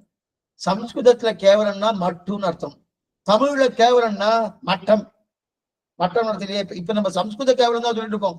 அவன் தான் கைவல்யார்த்தின்னு பேரு. அப்ப கைவல்யார்த்தின ரெண்டாவது இல்லை. கைவல்யார்த்திக்கு என்பவர் தன் அனுபவத்தை தானே அனுபவிக்கிறார் இல்லையா? வேற ரெண்டாவது பிரம்ம அனுபவம் இல்லையே. பிரம்மத்தை அனுபவிப்பாருன்னா அப்ப பகவத் லாபத்துக்கு இரண்டாவது அனுபவம் உண்டான உண்டு. பிரம்மம் தன்னை அனுபவிப்பதை பார்த்து தான் அனுபவிக்கிறார். பிரம்மம் தன்னை அனுபவிப்பதை பார்த்து பிரம்மத்துடைய ஆனந்தத்தை பார்த்து தான் ஆனந்தப்படுறார், தனக்கு அனுபவம் கிடைக்கிறது. ஆனா கைவல்யார்த்தி ஒரே ஆனந்தம் தான், ரெண்டாவது பிரம்ம அனுபவம் கிடையாது. இவர் எங்க இருக்கிறார்னா அண்டகடாகத்துக்கு உள்ளே இருக்கிறார். 14 லோகங்கள் இருக்கு இல்லையா, அந்த அண்டகடாகத்துக்கு உள்ளே இருக்கிறார்னு தேசிகன் பட்சம். அப்படி இல்ல, அண்டத்தை தாண்டிடுவார். அண்டத்தை தாண்டி விரஜா நதியின் தாண்டிடார். அப்ப ஸ்ரீவைகுண்டத்துக்குள்ள போகாம, திருமாமணி மண்டபத்துக்குள்ள போகாம, எங்கோ ஒரு மூலையில ஒரு சரீரமே அசரீரியாய், சரீரமே இல்லாம அனுபவித்துக் கொண்டு இருப்பார். அனுபவித்துக் கொண்டு, சரி சுவாமி பண்ணட்டுமே சுவாமி, பண்ணிட்டுமே. பின்னாடி பெருமாள்கிட்ட வந்து சேரலாமான்னா பண்ண முடியாது. பின்னாடி பெருமாள்கிட்ட வந்து சேரலாமான்னா பண்ண முடியாது. ஏன்னா எப்ப விரஜையை தாண்டினாரோ அது போக பூமி, இது அது கர்ம பூமி கிடையாது. கர்ம பூமியாக இப்ப ஸ்ரீவைகுண்டத்துக்கு போய் நான் சரணாகதி பண்ணி பகவான் அடைகிறேன் என்று சொன்னா தப்பு. கர்ம பூமியில தான் சரணாகதி பண்ண முடியும், கர்ம பூமியில தான் சரணாகதி பண்ண முடியும். ஸ்ரீவைகுண்டத்துல என்ன போக பூமி, அனுபவிப்பதுக்கு மட்டும்தான் அங்க உண்டே தவிர அது கர்ம பூமி கிடையாது. எப்ப கர்ம பூமி இல்லையோ, கர்மம் செய்யலன்னா மோட்சம் போக முடியுமா? ஏன்னா இவர் என்ன பண்றது, இவர் கைவல்யாத்தியா இருக்காரு, ஆத்மானுபவ காமனா இருக்காரு. இவர் சட்டுன்னு தன்னை மாத்திட்டு நான் மோட்சத்துக்கு போகணும், அனுபவத்தை பிரீத்தி காலத்தை கைங்கரியம் பண்ணணும் அப்படின்றதுனா போக முடியுமான்னா, போகணும்னா கர்மா செய்யணும். கர்மா செய்யணும்னா ஒண்ணு பக்தி பண்ணணும் அல்லது பிரபக்தி பண்ணணும். பண்ணணும்னா திருப்பி இந்த லோகத்துக்கு வரணும், அண்டகடாகத்துக்கு வரணும். அண்டகடாகத்துக்கு வரணும்னா விரஜையை தாண்டணும். விரஜையை தாண்ட முடியுமானா தாண்ட முடியாது. ஏன்னா சாஸ்திரம் நச்சபுனராவர்த்ததே நச்சபுனராவர்த்ததே, தாண்ட முடியாது. ஆகவே தாண்ட முடியாதான முடியாது. இப்ப என்ன எடுத்துன சிக்கின்றார் அப்படியே. சில ஹைவேஸ்லாம் வண்டி காடி தான் போயிட்டு இருக்கோம். போயிட்டு இருக்கச்சே அநேகமா இது இருக்கணும், பத்ரிக்கு போறோமோ அங்க அப்பப்ப லேண்ட்ஸ்லைட் நடக்கிறோம். அப்படியே சிறு வயசுல போயிடுச்சு, எப்படியும் ஒரு 10 தடவை போயிருப்பேன். போயிருக்கிறது அப்பப்ப லேண்ட்ஸ்லைட் நடத்துறோம். நடந்துருத்துனா முன்னாடி ஒரு 200 வண்டி நிற்கும். சரி 200 வண்டி நிக்கிறது நமக்கு தெரியாது, 200 வண்டி இருக்குன்னு நமக்கு தெரியாது. சரி அது ஏதோ வண்டி நின்று இருக்கு, டிராபிக் ஜாம் போல் இருக்குன்னு நினைச்சுட்டு இருப்போம். பின்னாடி நம்ம நின்று இருப்போம், இந்த வண்டி நின்று இருக்கும், வேன் தான் இருக்கும், அநேக வேனோ இல்ல காரோ ஏதோ இருக்குன்னு வச்சுக்கோ, ஏதோ வண்டி காடி நின்று இருக்கு வச்சுக்க, நம்ம பின்னாடி ஒரு 200 வண்டி நின்றுடும். இப்ப நமக்கு என்ன அங்கேயே எப்படின்னா கிட்டத்தட்ட 2 நாள் கூட அப்படியே நிற்கும். அத்தனை தூரம் லேண்ட்ஸ்லைட் ஆயிடுச்சுன்னா 2 நாள் கூட அதெல்லாத்தையும் எடுக்கணும். எல்லாம் அதெல்லாம் ஆர்மிக்கு சொந்தமானது. அது அந்த சொந்தமான வண்டியில் அவெல்லாம் வந்து எடுக்கணும். போகணும், எடுக்கிறது ரொம்ப நாள் இடம், சட்டுன்னு எடுக்க முடியாது. கரணம் தப்பினா மரணம், அந்த மாதிரி இடம் அது. ஒரே கரையோரம், கங்கை கரை ஓரமா அப்படியே போயிட்டு அலகனந்தா நதி ஓரமா தானே போயிட்டு இருக்கு. அப்ப போயிட்டு இருக்கணும். அப்ப அப்படியே நம்ம சிக்கி கொண்டு போகணும். 2 நாளும் முன்னாடியும் போக முடியாது, பின்னாடியும் வர முடியாது, சிக்கி கொண்டு போகணும். அந்த மாதிரி இந்த கைவல்யார்த்தி என்ன பண்ணா, தன்னால இந்த பூமிக்கு வந்து கர்மத்தை பண்ணி பகவான்கிட்ட போகிறதுக்கு போகவே முடியாது, அங்கேயே ஒழுங்கா அதுவும் முடியாது. அப்படி இருக்க செய்த சிக்கின்றான். இததான் தெரிவிக்கிறார் பெரியாழ்வார். 7 நிலத்தில் இடுவதன் முன்னம் வந்து எங்கள் குடான் புகுந்து. 7 என்பது ஏடுனா சரீரம். இந்த சரீரத்தை கொண்டு போய் சிதையல் மூட்டியாக விட்டதுன்னா அதன் பிறகு இவனால வர முடியாது. அதான் ஆழ்வார் சிதையில மூற்றத்துக்கு முன்னாடி வந்துடு பகவன் லாபார்த்தியம் கைவல்ய நம்ம பார்க்க போறோம். மேல நம்ம பார்க்க போறோம், திருப்பல்லாண்டு வரிசை பார்க்க போறோம். அப்படி இருக்கச்சது வந்துடும் கூப்பிடுறா இல்லையா? ஆழ்வார்கள் அபிப்பிராயம் என்னன்னா, அந்த அதாவது அண்டகடாகத்தை தாண்டிதான் போனார்கள் என்பது. அதைத்தான் பிரலோகாச்சார் தெரிவிக்கிறார். பிரலோகாச்சார் தெரிவிக்கிறதுன்னா, இவன் அண்டகடாகத்தை தாண்டியாச்சு, விரஜையை தாண்டியாச்சு. எப்ப வெளியே தாண்டியாச்சோ திரும்பி வர்றதுக்கு சான்ஸே கிடையாது. அப்ப என்ன அதோ கதி. எப்பவும் கைவல்யார்த்தி ஆத்மானுபவ காமனா ஆத்மா அனுபவிச்சுட்டே இருப்பான தவிர, இவனுக்கு கொஞ்சம் ஞானம் வந்து இல்ல பகவான் அனுபவிக்கலாம், நான் திரும்பியும் கர்மா பண்ணணும், கர்மா பண்ணி பிரபக்தியோ பக்தியோ பண்ணி பகவான் ஸ்ரீவன் வரலாம்னு நினைச்சா கூட இவங்களாம் பண்ண முடியுமா? பண்ண முடியாது, பண்ண முடியாது. ஆனா வேதாந்த தேசிகர் என்ன தெரிவிக்கிறாங்கன்னா பண்ண முடியும் அப்படின்னு தெரிவிக்கிறாங்க. அதுக்கும் வாக்கியங்கள் இருக்கு, பண்ண முடியுன்றது. அது என்னமா சொல்ல முடியும்னா, இவன் தான் விரஜையை தாண்டவே இல்லையே. இந்த கைவல்யார்த்தி எங்க இருக்கான்? இந்த அண்டகடாகத்துக்குள்ளே இருக்காங்கிற பட்சம் தான் வேதாந்தேசிகர் பட்சம். திருலோகாச்சாரிய பட்சம், ஆழ்வாவுடைய பட்சம் என்னன்னா, தாண்டியாச்சு, அண்டகடாகத்தை தாண்டியாச்சு, விரஜையை தாண்டியாச்சு, போயிருக்கான் இல்லையா அப்படின்னு போயிருக்கிறார் பட்சம். அதான் அப்ப அண்டகடாகத்துக்கு கைவல்யார்த்தி இருக்கா அப்படின்னு தேசிகன் சொல்றார். கைவல்யார்த்தி அர்ச்சராதி மார்க்கத்துல போகலன்னு ரெண்டு பேரும் ஒத்துக்கிறான். அர்ச்சராதி மார்க்கத்துல போகலன்னு வேதாந்தேசிகரும் போகலன்னு சொல்றாரு. அதே போல திருலோகாச்சாரியன் அர்ச்சராஜி மார்க்கத்துல போகலன்னு சொல்றாரு. ஆனா அர்ச்சராஜி மார்க்கத்துல போகலன்னாலும் வேற வேற வேற வழியில போயிட்டு அவன் விரஜையை தாண்டி அங்க போயிட்டான்னு திருலோகாச்சாரிய பட்சம். ஆனா வேதாந்தேசிக பட்சம் அர்ச்சராஜி மார்க்கத்துக்கு போகல, அதனால இவன் இந்த லோகத்துலதான் இருக்கான் அப்படின்னு திருலோகாச்சாரியன் பட்சம். கைவல்யாட்சி அர்ச்சராஜி மார்க்கத்துக்கு போக மாட்டார், ஆனால் கர்மம் தொலைஞ்சு போயிடுச்சு.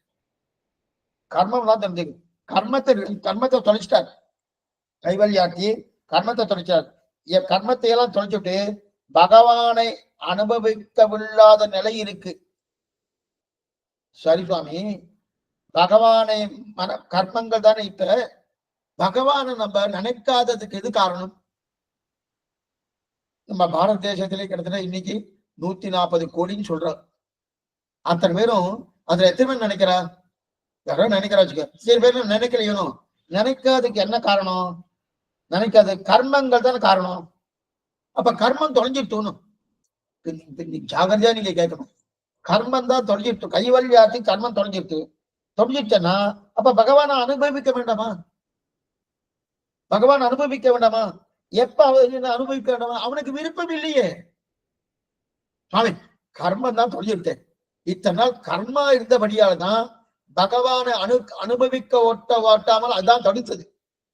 இப்ப அந்த ஒண்ணுமில்லை, தண்ணி இந்த பக்கம் வரணும், தடுப்பணை போட்டிருக்கு, அந்த தடுப்பணை எடுத்துட்டேன்னா தண்ணியை கூப்பிடணுமா இல்ல பாய்ச்சி ஏதாவது கட்டணுமா? வேண்டாமே, நேர கிட்ட வந்துருமோனும். அதே போல இத்தனை நாள் இந்த பகவானை அனுபவிக்க முடியாம எது தடுத்துன்றது?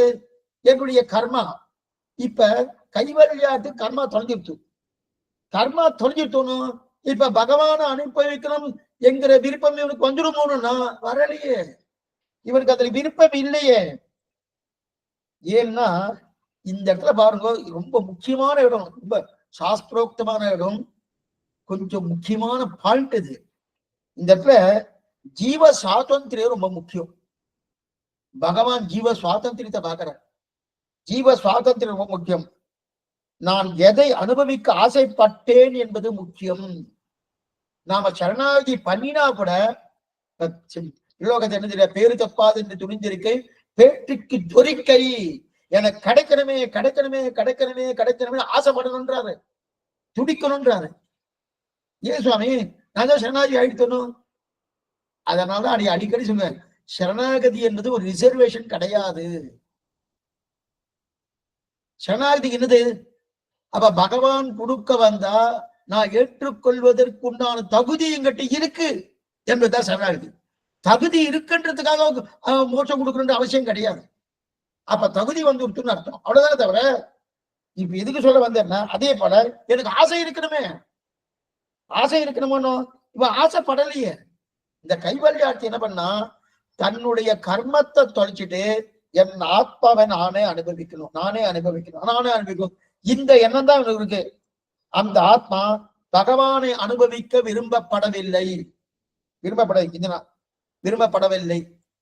சுவாமி, இந்த இடத்துல நீங்க என்ன சொல்றது சரியா புரியல. நீங்க முதல்ல என்ன சொன்னீங்க? நம்ம பகவான் மேல நமக்கு ஒரு பிரீத்தி ஏற்படாத காரணம் நம்முடைய கர்மான்னு சொல்றேன். இப்ப அந்த கர்மாவை தொலைச்சாச்சு. தொலைச்சதுக்கு அப்புறம் அப்ப உடனே எனக்கு பிரீத்தி வரணுமோன்னா எனக்கு விருப்பம் இருக்கணுமே. அப்ப கர்மா தொலைஞ்சா கூட எனக்கு விருப்பம் என்றது அவசியமா? அவசியம். விருப்பம் என்பது அவசியம். எனக்கு விருப்பமே இல்லை, கர்மா போயிடுத்து. ஆனா எனக்கு விருப்பம் இல்லைன்னா பகவான் கொடுப்பாருன்னா கொடுக்க மாட்டேன். ஒரே ஒரு எக்ஸாம்பிள் சொல்றேன், நல்லா தெரிஞ்சுக்கணும். 4 குழந்தைகள், மகாபாரதத்துல ஒரு சரித்திரம். இதுக்குன்னு ஒரு பாசனமே எடுத்திருக்காரு சுவாமி நம்மாழ்வார். இடரின்றியே ஒரு நாள் ஒரு பொழுதில் எல்லா உலகம் கழிய படர்புகழ் பார்த்தனும் வைதிகனும் உடனேற தின்தேர் கடவி சுடரொளியால் தன்னுடை சோதியில் வைதிகன் பிள்ளைகளை உடலுடன் கொண்டு கொடுத்தவனை பற்றி ஒன்றும் துயரிலனே. ஆச்சரியமா பாசனம் 5ஆம் பத்துல பிறந்த வாரம் வளர்ந்த வாரம் படிக்கிற. இதுல என்ன தெரிவிக்கிறாருன்னா, 4 குழந்தைகளை காணும். மகாபாரதத்துக்கு ஒரு பிராமணன், அந்த பிராமணனுக்கு குழந்தை பிறந்தது. குழந்தை பிறந்த ஒரு 2 நாள்லயே குழந்தைய காணும். முதல் குழந்தை அந்த மாதிரி போயிடுத்து, 2வது குழந்தை அந்த மாதிரி போயிடுத்து, 3வது குழந்தை அந்த மாதிரி போயிடுத்து. பிராமணன் பார்த்தான், இந்த மாதிரி போயிட்டு இருக்கு, என்ன ஆச்சு ஏதாச்சு, காணாம போறது என்ன ஆச்சுன்னு நேரா கண்ணன்கிட்ட வந்து சொல்லிட்டு இருக்கான். ஏ கிருஷ்ணா, என் குழந்தைகள் இந்த மாதிரி காணாம போயிடுது, இந்த வாட்டி கர்ப்பம் தரிச்சா நான் உன்கிட்ட சொல்றேன், நீதான் வந்து என் குழந்தைய ரட்சிக்கணும்னா. பக்கத்திலே அர்ஜுனன் தான். அர்ஜுனனுக்கு என்ன பண்ணா, கண்ணனே பதில் சொல்லியிருக்கணும். அந்த அண்ணன் பதில் சொல்றது அர்ஜுனனை பண்ணான், கண்ணா இந்த சின்ன காரியத்துல நீ பண்ண வேண்டாம், நான் பாத்துக்கிறேன், நான் போய் அந்த குழந்தைய ரட்சிக்கிறேன். 4வது குழந்தை, அந்த குழந்தைய நான் ரட்சிக்கிறேன், யாரும் எடுத்துட்டு போவா அப்படின்னு சொல்லி ரட்சிக்கிறேன்னு சொல்லிட்டு கண்ணனை வரப்படாம தான் ரட்சிக்கிறேன்னு சொல்லி கக்கணும். அந்த அந்த அந்த பிராமணுடைய தர்மபத்தினியும் அவ கர்ப்பம் தரிச்சா, குழந்தை பறக்க போறது. அந்த பிரசவ அறைய சுத்தி என்ன பண்ணிட்டான், தன்னுடைய சரக்கூட்டத்தால அம்பு கூட்டத்தால பூர்த்தியா மூடிட்டான். காத்து உள்ள போகணும்னாலும் அர்ஜுனுடைய பர்மிஷன் வாங்கிட்டு உள்ள போகணும். அந்த அளவுக்கு சரக்கூட்டத்தால முடிச்சுட்டான். இத்தனை குழந்தையாவது பறந்து 1 நாள் இருந்தது, 2 மணி நேரம் இருந்தது, 3 மணி நேரம் இருந்தது. இந்த 4வது குழந்தை பறந்து அடிச்ச சனமே காணும். இந்த பிராமணனுக்கு கோபம் வந்துடுச்சு. ஐயோ, கண்ணனே ரட்சிக்கிறான்னு சொன்னா அவனையும் வேண்டாம் சொல்லிட்டு நீ வந்திருக்கே அப்படின்னு சொல்லி வெய்ய ஆரம்பிச்சிட்டான் அர்ஜுனனை. அர்ஜுனுக்கு தலையும் முறையில தாளும் முறையில என்ன பண்றது, நேர கண்ணன் திருவடிதான், வேற கதி, நேர கண்ணன் திருவடிக்கு போனான். ஆமா, எங்க போயிடுச்சு குழந்தை, எங்க போயிடுச்சு தேடுறானா. இதுக்குன்னு ஒரு தேர் எடுத்துட்டான். இடரின்றியே ஒரு நாள் ஒரு பொழுதில் எல்லா உலகும் கடிய படர்புறம் பார்த்தனும் வைதிகன் உடனேற தின்தேர் கடவி. தின்தேர்னு பேர் தேருக்கு. அந்த தேர் பறக்கிறது. எந்தெந்த ஊருக்கு போகணுமோ 17-14 லோகம் போயிடுத்து, எங்கேயும் குழந்தைய காணும், எங்கேயும் காணும். கடைசியில நேரா அந்த தேருக்கு போயிடுத்து விரஜா நதி கரையில போயிடுத்து. வைதிகன் பிள்ளைக்கு உடலுடன் கொண்டு கொடுத்தான். 4 குழந்தைகளை விரஜையை தாண்டி இருக்கா. அந்த குழந்தைகள் இங்க இருக்குன்னா விரஜா நதியை தாண்டி ஸ்ரீவைகுண்டத்துக்குள்ள மகாலட்சுமியுடைய மடியில, பிராட்டியுடைய மடியில அந்த குழந்தைட்டு நல்லா ஜாகிரதையா விளையாடின்னு இருக்குன்னு தெரிஞ்சவனே, ஏன் பிராட்டி இங்க கொண்டு வந்தேன்னு கேட்கிற அண்ணன். இல்ல நான் உன்னை சேவிக்கணும், கிருஷ்ணானுபவம் ரொம்ப நல்லா இருக்குன்னு சொல்லிட்டு இருக்கா. அது நேரடியா நீ உன்னை கூப்பிட்டா நீ வரமாட்ட, அதெல்லாம் இந்த மாதிரி பண்ணதான் என்கிட்ட சொல்லாம அது இருக்க மாட்டேனா, அதுக்கெல்லாம் இது பண்ணணுமான்னு சொல்லி அந்த 4 குழந்தை என்ன பண்ணா, திரும்பி விரஜையை தாண்டி இந்த பூலோகத்துக்கு கொண்டு வந்துட்டான். இந்த சட்டம் நல்லா பாருங்க, திருப்பி விரஜையை தாண்டி பூலோகத்துக்கு கொண்டு வந்துட்டார். இப்ப நமக்கு ஒரு சந்தேகம் வரும், சுவாமி கொஞ்ச நேரத்துக்கு முன்னாடி நீங்க என்ன சொன்னேன், விரஜையை தாண்டியாச்சுன்னா நசபுனராவர்த்ததை திரும்புதல் கிடையாதுன்னு சொல்லிட்டேன். இப்ப 4 குழந்தைகள் இந்த பூலோகத்திலிருந்து விரஜையை தாண்டி மகாலட்சுமி பிராட்டி அந்த 4 குழந்தைய தன்னை மடியில வச்சுட்டு கொஞ்சிட்டு இருந்திருக்கா, கண்ணனை வரவேற்கணுன்றதுக்காக. திரும்ப கண்ணன் போய் அந்த 4 குழந்தைய கொண்டு வந்துட்டானு. இப்ப எங்க ஆச்சு அந்த சாஸ்திர வாக்கியம்? அங்க போனா திருந்துதல் கிடையாதுன்னு சொன்னேன். இப்ப சாஸ்திர வாக்கியம் என்ன ஆச்சு? இது எப்படி சுவாமி, விரஜனையை தாண்டினாலே திரும்ப முடியாது அப்படின்னா அந்த குழந்தைகளுக்கு ஒண்ணுமே தெரியாது. நாம என்ன நினைக்கிறோம், இன்னொன்னு சொல்லிடுறேன், இத்தனைக்கும் அந்த தேர்ல நல்லா பாத்துக்கோ, அந்த தேர்ல அர்ஜுனனையும் உட்கார வச்சுட்டான், அந்த வைதிகனாக இருக்கக்கூடிய பிராமணனையும் உட்கார வச்சுட்டான். உட்கார வச்சுட்டு ஸ்ரீவைகுண்டம் உள்ள அபாலாயிஷன் போல விரைஜைக்கு இந்த பக்கம் அவளை நிக்க வச்சுட்டான். வைதிகனையும் அந்த பிராமணனையும் அதே போல அர்ஜுனனையும் அங்க நிக்க வச்சுட்டு மேற்கொண்டு தான் மட்டும் உள்ள போயிருக்கார். சில இடத்துல பார்ப்போங்க, சில இடத்துல என்ன பண்ணுவான்னா, பிரியத்துக்காக சொல்றேன், யாரும் தவறா நினைக்க வேண்டாம், சில அதிகாரம் படைத்தவரை மடப்பள்ளிக்கு வரலாம்னு போட்டுப்பா. மடப்பள்ளிக்கு சில சுவாமிகள்லாம் போவா, சில சுவாமி வெளியிலேயே நின்று இருப்பா. என்ன சுவாமி, எனக்கு அதிகாரம் கிடையாது, உன்னோட சார் சுவாமி அவர் வந்தார், அவருக்கு அதிகாரம் இருக்கு, எனக்கு அதிகாரம் கிடையாது அப்படின்னு சொல்லிருக்கா இல்லையா? அந்த மாதிரி இவர் இந்த மாதிரி பண்ணிட்டு இருக்காரு இல்லையா? இப்ப குழந்தைகளுக்கு எதாவது தெரியுமா? இப்ப குழந்தைகள் சீவைகுண்டம் போயிட்டோம், அந்த குழந்தைகள் பிரபக்தி பண்ணித்தா இல்ல கர்மஜான பக்தி யோகங்கள் பண்ணித்தா எதா பண்ணித்தா ஒண்ணும் பண்ணல. இப்ப குழந்தை என்னவா சீவைகுண்டம் போகும், முதல்ல சீவைகுண்டம் போயிடுச்சு, இதுவே எனக்கு புரியல. சரி, அதற்கு மேல அந்த குழந்தைக்கு ஏதாவது சாஸ்திரம் ஏதாவது தெரியுமா? பிறந்த குழந்தைக்கு என்ன சுவாமி சாஸ்திரம் இருக்கு? ஒரு சாஸ்திரம் கிடையாது. ரெண்டாவது, நேற்று ஒண்ணு பார்த்திருக்கோம், 12 வயசு வரைக்கும் நாம செய்யக்கூடிய ஒரு காரியத்துக்கு கணக்கு கிடையாதுன்னு பார்த்திருக்கோம். விலங்குகளுக்கு கணக்கு கிடையாது, பாப புண்ணியங்கள் கிடையாது, ஸ்தாவரங்களுக்கு பாப புண்ணியங்கள் கிடையாதுன்னு பார்த்திருக்கோம். ஆனா அதோடைய கர்மா கழிக்கிட்டே இருக்கும், கர்மம் கூடாது, கர்மனா கூட சேராதுன்னு பார்த்திருக்கோம். அதே போல மனிதர்களாக பிறந்திருந்தாலும் முதல்ல 12 வயசு வரைக்கும் அவருக்கு சாஸ்திர வசதியே கிடையாது, விலங்குகளுக்கு ஸ்தாவரங்களுக்கு சாஸ்திர வசதியே கிடையாது வரணும். அப்ப மனுஷனுக்கே 12 வயசு வரைக்கும் கணக்கு கிடையாது, கணக்கு கிடையாது. இப்போ குழந்தைக்கு இருக்கா? குழந்தைக்கு இல்லையணும். ஏன்னா இப்ப நம்ம சொல்ப ஞானம் இருக்கிறபடியாலே, ஆனா நமக்கு 70 ஆனம் அதே ஞானத்தோடு தான் இருக்கிறோம். நமக்கு என்ன ஞானம் இருக்கு? ஒரு ஞானம் கிடையாது. 12 வயசு வரைக்கும் நமக்கு எந்த ஞானமும் கிடையாதுன்னு நினைச்சுட்டு சாஸ்திரம் என்ன சொல்லியிருக்கு, நீ எதாவது பண்ணா அது கர்மால சேர்க்கறது இல்லைன்னா. இல்ல சுவாமி, 70 வரைக்கும் எங்களுக்கு இனிமேல் ஞானம் கிடையாது, ஆனா கர்மா பதில் சேரும், கர்மா வந்து இருக்கட்டும் அப்படி. ஆக குழந்தைகள் அறிந்து ஒண்ணும் செஞ்சிருக்கால, செய்யல, அவ சரணாகதி பண்ணால, இல்ல பக்தி மார்க்கத்துக்கு கர்மஜான பக்தி யோகங்களை பண்ணால, ஒண்ணும் பண்ணல. அதனால் பெருமாளான அழிச்சுட்டான், பெருமாளான அழிச்சுட்டான். அங்க 2 அர்த்தம் சொல்றான், 2 அர்த்தம் சொல்றான். நல்லா கெட்டியா புரிஞ்சுக்கோ, நல்லா முக்கியமா புரிஞ்சுக்கோ.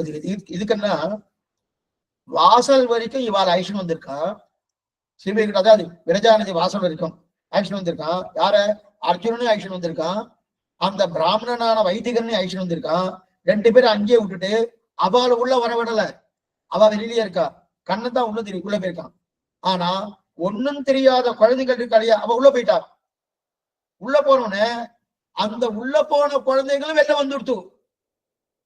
நச்சபுனராவர்த்ததே நச்சபுனராவர்த்ததே, உள்ள போனவ ஸ்ரீவைகுண்டத்துக்கு உள்ள போன திரும்புதல் கிடையாது, திரும்புதல் கிடையாதுன்னு சொல்லியிருக்கே சுவாமி, சாஸ்திரம் சொல்லியிருக்கே.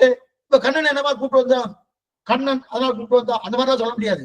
அப்ப சாஸ்திர வசதி இருக்கா இல்லையா வந்து சொன்னோம். இப்ப இந்த 2மே புரியல. என்ன புரியலன்னா, உள்ள போன குழந்தை எப்படி வெளில வந்தா, இவாலயம் உள்ள ஆக்ஷன் போல, இந்த 2த்துக்கும் சமாதானம் கிடைக்கும். அப்ப சமாதானம் கிடைச்சிருத்தோம்னா, நல்லா பாத்துங்க, சமாதானம் கிடைச்சிருத்தோம்னா இப்ப விரலோகாச்சாருடைய திருவுள்ளம் என்ன நம்ம கரெக்டா சொல்லிடலாம்.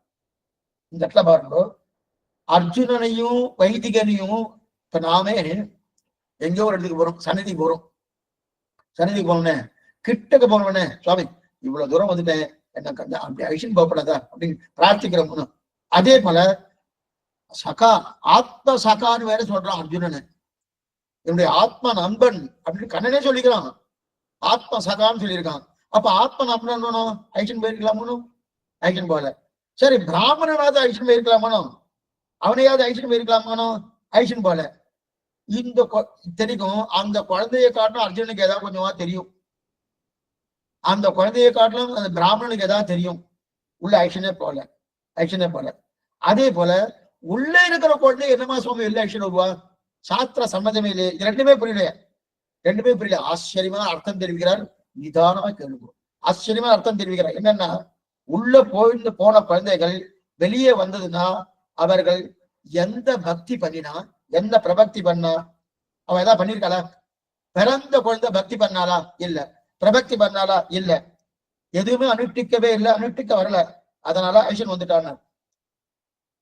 சரி சுவாமி, அவளை பக்தி பண்ணல, பிரபக்தி பண்ணல, அதான் ஐஷன் வந்துட்டே சொன்னல பரமணும். இந்த குழந்தைக்கு எதுவும் பக்தி பண்ணலையே, பிறந்த குழந்தை உடனே ஐஷன் போயிட்டா பிராட்டி, அவ்வளவுதான். பக்தியோ பிரபக்தியோ பண்ணல, பிராட்டி பாட்டு ஐஷன் போயிட்டா, பக்தி பிரபக்தி பண்ணாதபடியில ஐஷன் வந்துட்டான்னு சொல்லிட்டார். சரி, இப்ப பக்தி பிரபக்தி எல்லாம் அர்ஜுனனுக்கும் தெரியும், இந்த பிராமணனுக்கும் தெரியுமே, அவள் ஐஷன் போயிருக்கலாமே. அர்ஜுனனுக்கும் தெரியும், பிராமணனுக்கும் தெரியுமே, இவர் ஐஷன் போயிருக்கலாமான்னா உள்ள அவருக்கு வீத்தனுக்கும் போற வாசல் வரையும் வந்தார்கள்னா உள்ள போய் அனுபவிக்கணும் அவசியம் போயிருக்கலாம்னா அவளுக்கு இச்சை இல்லையே. அவளுக்கு மோட்சம் போகணும் என்கிற ஆசை அர்ஜுனனுக்கோ அந்த பிராமணனுக்கோ இல்லை. என்ன பண்ணீங்க, வாசல் வரைக்கும் வந்தவார் இல்லையா, அப்போதே என்ன பண்ணிருக்கணும், வாசல் வரைக்கும் வந்த உடனே என்ன பண்ணிருக்கணும், உடனே கண்ணன் திருவடி பிடிச்சிட்டு புகழொன்றில்லாடியேன் உன் அடிக்கீழ் அமர்ந்து புகுந்தேனேன்னு அப்படின்னு ஒரு சனாதி பண்ணி, ஏ கண்ணா இத்தனை தூரம் வந்துட்டேன், இது வரைக்கும் வந்ததே கிடையாது, இங்கதான் வந்திருக்கேன், எரஜாநதி வாசல் வரைக்கும் வந்துட்டேன், உன் திருவடி பத்துறேன், இப்பே அவன் ஐஷன் போயினா உடனே ஐஷன் போயிருப்பான், உடனே ஐஷன் போயிருப்பேன். ஐஷன் ஏன் ஐஷன் போல, அந்த வாசல் வரைக்கும் வந்துட்டு ஐஷன் போகாததுக்கு என்ன காரணம்னா அவளுக்கு ருச்சி இல்லை, ருச்சி இல்லை. ஏன்னா அணியனுக்கு மோட்சம் கொடும் என்று அவ சொல்லி இருந்தா உள்ள ஐஷன் போயிருப்பான், கண்ணன் நிச்சயமா ஐஷன் போயிருப்பான். அவளுக்கு ருச்சி இல்லை, அதனால என்ன பண்ணா அவ கேட்கல. ஏன் ருச்சி இல்லை, அது கிட்டக்க மேலும் ஒரு ருச்சி இல்லை. ருச்சி இல்லாதவன என்ன வந்து இந்த குழந்தைகளுக்கு ஒண்ணுமே தெரியாத, குழந்தைகளுக்கு ருச்சி இருக்குமா இல்லதான் பிரபக்தி பண்ணித்தா பக்தி பண்ணித்தா ஒண்ணும் ருச்சியால எல்லாம் திரும்பி வந்துட்டு. ஆனா இவர் அர்ச்சராஜ மார்க்கம் வழியா போய் இவ்வளவு தூரம் இருக்காரு. இப்ப நம்ம எதுக்காக இதை எடுத்தோம்னா, கைவல்யார்த்திக்கு கர்மா தொலைஞ்ச உடனே அவன் மோட்சத்துக்கு போகணும்னு ஒரு எண்ணம் ஏற்படாதா சுவாமின்னா, இந்த சுவாதந்திரம் என்ன பண்ணனா அவனுக்கு ருச்சியை கொடுக்கல. அவனுக்கு எண்ணமெல்லாம் என்ன தெரியுமா, கர்மா நம்ம என்ன நினைக்கிறோம், கர்மா போயிடுத்துன்னா அடுத்த க்ஷணமே மோட்சம் உண்டு, இல்லைன்னு சொல்லல, அடுத்த க்ஷணமே மோட்சம் தான். ஆனா அடியனுக்கு ருசி இருக்கணும், போகணுன்ற எண்ணம் இருக்கணும். அதுதான் பேரு தப்பாது என்று துணிந்திருக்கை பேற்றுக்கு தொரிக்கை, கடக்கணுமே கடக்கணுமே கடக்கணுமே என்று துடிப்பு வருமனும். அந்த துடிப்பு என்னது, அதான் என்னது, எனக்கு ஆசை, எனக்கு ஒரு பிரீத்தி இருக்கணுமோ, அந்த எண்ணமே இல்லையே. இந்த கைவல்யார்த்திக்கு என்ன எண்ணம் இருக்கு, என் ஆத்மாவை நான் அனுபவிக்கணும், என் ஆத்மா ஒரு மூலையில உட்கார்ந்துட்டு கைவல்யார்த்தி அப்படின்னு ஒரு அனுபவிக்கணும் அப்படின்ற ஒரு எண்ணம் தான் அவனுக்கு இருக்கே தவிர, தாம் பகவத் அனுபவ பிரீத்திக்கார கைங்கரியம் பண்ணணும் என்கிற எண்ணம் இருக்கான்னா இல்ல. இல்லாதபடியால்தான் பகவான் அவனை அழிச்சிட்டு போல. இத்தனைக்கும் பகவன் லாபார்த்திய போல கர்மா போயிடுத்து, சரீரம் போயிடுத்து, எல்லாம் இத்தனைக்கும் அவன் சாத்தியோபாய நிட்டம் தான், சித்தியோபாய நிட்டம் கிடையாது. ஏன்னா கைவல்யார்த்தி திருமந்திரம் ஜன்மஸ்லோகம் பண்ணி சரணாகதி பண்ணி அவன் கைவல்ய சாம்ராஜ்யத்தை பெற்றுண்டானா இல்ல, அவன் கர்மஜான பக்தி அவங்களை பண்ணிதான் கைவல்யார்த்தியை பெற்றுண்டான். பெற்றுண்டாலும் சரி, அவன் என்ன பண்ணிருக்கான்னா அவனுக்கு அதுல இச்சை இல்லை, மோட்சத்துக்கு போறதுக்கு அவனுக்கு இச்சை விருப்பமே இல்லை, தன்னைத்தானே அனுபவிக்கணும், தன்னைத்தான். இன்னைக்கு கூட சில பேர்லாம் இருக்கா, புரியத்துக்காக ஒரே சொல்றேன். சில வடக்கு தேசத்துல சில பேர் யாத்திரை போவா, அந்த யாத்திரை போச்சு லோக பிரசித்தமா இருக்கக்கூடிய சில இடத்துக்கு எல்லாம் போயிடுவா, லௌகீகமான இடம். அங்க ஒரு சன்னதி இருக்கும், அந்த சன்னதிக்கு போய் சேவிச்சுட்டு வரலாமே சுவாமி, கண்ணனுடைய சன்னதியாச்சு, போய் சேவிச்சுட்டு வரலாமே சுவாமின்னா அந்த எண்ணம் வராது சுவாமி. அது தெரியாதுன்னா சொல்ல முடியாது, தெரிஞ்சிருக்கும், தெரியாதன்னா சொல்லவே முடியாது, நன்னாவே தெரிஞ்சிருக்கும். ஒண்ணு வேண்டாம், மகாபலி ரொம்ப வரா, அர்ஜுனன் தபஸ் பண்றது செவிப்பா, அங்க தலசைல பெருமாள் இருக்காரு, பூதத்தாழ்வார் அவதாரஸ்தலமாச்ச போய் எத்தனை பேர் போய் செவிக்கிறார், ருச்சி இல்ல. இப்ப அங்க சன்னதி இருக்குன்னு கோபுரம் நன்னா ஸ்பஷ்டமா தெரியுது, கோபுரம் தெரியும். அடியன் வைஷ்ணவாலா இருக்கணும்ன்ற அவசியம் இல்ல, வைஷ்ணவாலுக்குள்ளேயே நிறைய பேர் போறது இல்லை, ருச்சி இல்ல. அதே போல இந்த கைவல்யார்த்திக்கு ருச்சி இல்ல, சரீரம் போயிடுத்து, கர்மா போயிடுத்து, ததா வித்வான் புண்ணிய பாப்பே விதுய நிரஞ்சன பரமம் சாமி உபயோகித்து இதெல்லாம் போனா கூட என்னன்னா அவனுக்கு இல்ல, அவனுக்கு ருச்சி இல்லை. அதனால ஒரு மூலையில கைவல்யார்த்தி. அப்ப அர்ச்சராதிமதி போகவில்லை என்ற பட்சம் என்னன்னா அவன் அர்ச்சராதி மார்க்கத்தாலே போகலன்னு தெரியுது. இந்த பட்சம் வேதாந்தேசிக பட்சமும் அதே போல பேலோகாச்சாரத்தையும் 2 பேரும் ஒத்துட்டு இருக்கா. ஆனா இதுல என்னன்னா அக்ஷராதி மார்க்கத்துல போகாதபடியாலே அவன் அங்க போகலே என்கிற பட்சம் வேதாந்தேசிகர் இல்ல இல்ல அக்ஷராதி மார்க்கத்துல போகலன்னாலும் அங்கதான் போயிருக்கான் பெரியாழ்வார் பாசனம் இருக்கு சாஸ்திரங்க அப்படிதான் சொல்றது பிறலோகாச்சாரிய பட்சம். சரி, இது ஆயிடுச்சு. இப்ப அக்ஷராதி மார்க்கத்தில் போகலைன்ற பட்சம் காணப்படுகிறது. சரி, பத்தியால் கைவிடப்பட்ட பத்னி என்றால் அவர் தனியாக இருக்கிறான்னு தானே அர்த்தம். எக்ஸலண்டான ஒரு விஷயம் எடுத்துக்காங்க. ஒரு பதி சாமான்யமா லோகத்துல ஒரு பர்த்தா தான் பாரியாவை கைவிடுவா. பாரியா பர்த்தாவை கைவிட்டதா சரித்திரமே கிடையாது. பாரியா இன்னைக்கு நடக்கிறதுலாம் அதை நீங்க வச்சு பார்க்க வேண்டாம். அப்படியே சொல்றது அந்த காலத்துல. இப்ப பர்த்தா தான் பாரியாவை கைவிட்டு, ஏன்னா பர்த்தாவுக்கு 4 கல்யாணம் 5 கல்யாணம் 7 கல்யாணம் இத்தனை கல்யாணம் பண்ணிக்கலாம் அப்படின்ற ஒரு நிலை இருக்கு. அதனால பர்த்தா தான் கைவிடான்னு பார்த்திருக்கோம். ஆனா இங்க இங்க இங்க என்ன ஆயிடுச்சுன்னா அதே போல இந்த இடத்துல யாரு பர்த்தா? பரமாத்மா பத்மா, பரமாத்மா பர்த்தா. இப்ப பத்னி யாரு? நாம் அத்தனை பேரும் பத்னி. சாமான்யமாக பர்த்தா தான் பத்னியை கைவிடுவா. இப்ப என்ன ஆயிடுச்சுன்னா இப்ப உண்மை அதுதான், பர்த்தா தான் கைவிடுவா. ஆனா இப்ப என்ன ஆயிடுச்சுன்னா பத்தியான பகவான் நம்ம கைவிடல, பர்த்தாவான பகவான் நம்ம கைவிடல, நாம் தான் அவரை விட்டுருக்கோம். அப்படியே உள்டா வந்துட்டு பாருங்க, நாம தான் அவரை விட்டுருக்கோம், அவர் நம்மளை விட்டார விடவே இல்லை. இந்த கைவல்யாட்டி அவர் விடல. ஏன்னா கைவல்யாட்டி என்ன, அந்த கைவல்ய மோட்சத்தை கொடுப்பதும் அதே பகவான் தான். அவன் பிரார்த்தனைக்கு கொடுத்தார். சரி சுவாமி அவனை மாத்தலாமா? அவன் சுவாதந்திரத்துக்கு போக மாட்டான்.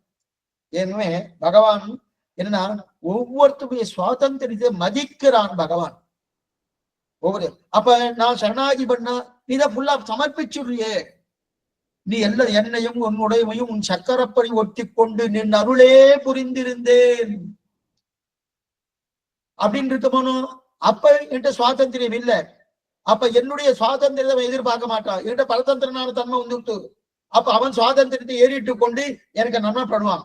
ஆனா நம்மிடத்துல சுவாதந்திரம் இருந்ததுன்னா நம் சுவாதந்திரத்தை அவன் விட்டுடு நான் பாத்துக்கிறேன் சொல்லுவாங்கன்னா சொல்ல மாட்டான். சுவாதந்திரத்தை நாம விடணும்.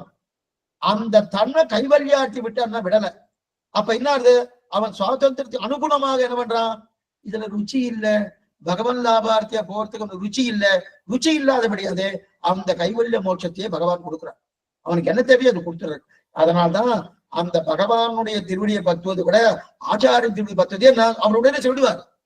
வேண்டாம் கைவல்யம் வேண்டாம், நீ பகவான் லாபார்த்தியாவா இல்ல ஆச்சாரிய திருவடி பத்துக்கோ அப்படின்னு சொல்லுவாரனோ. இத பகவான் சொல்லுவாருன்னா சொல்ல மாட்டார். அவர் சுவாதந்திரத்தை மதிக்கிறார். அவர் ஆட்டுவாணிக நல்லன்னு எடுத்துக்காட்டு லோகாச்சாரியம். எதுக்கு சொல்ல வந்தேன்னா அப்படி இருக்கச்சே இப்ப பத்னியை விடுவா.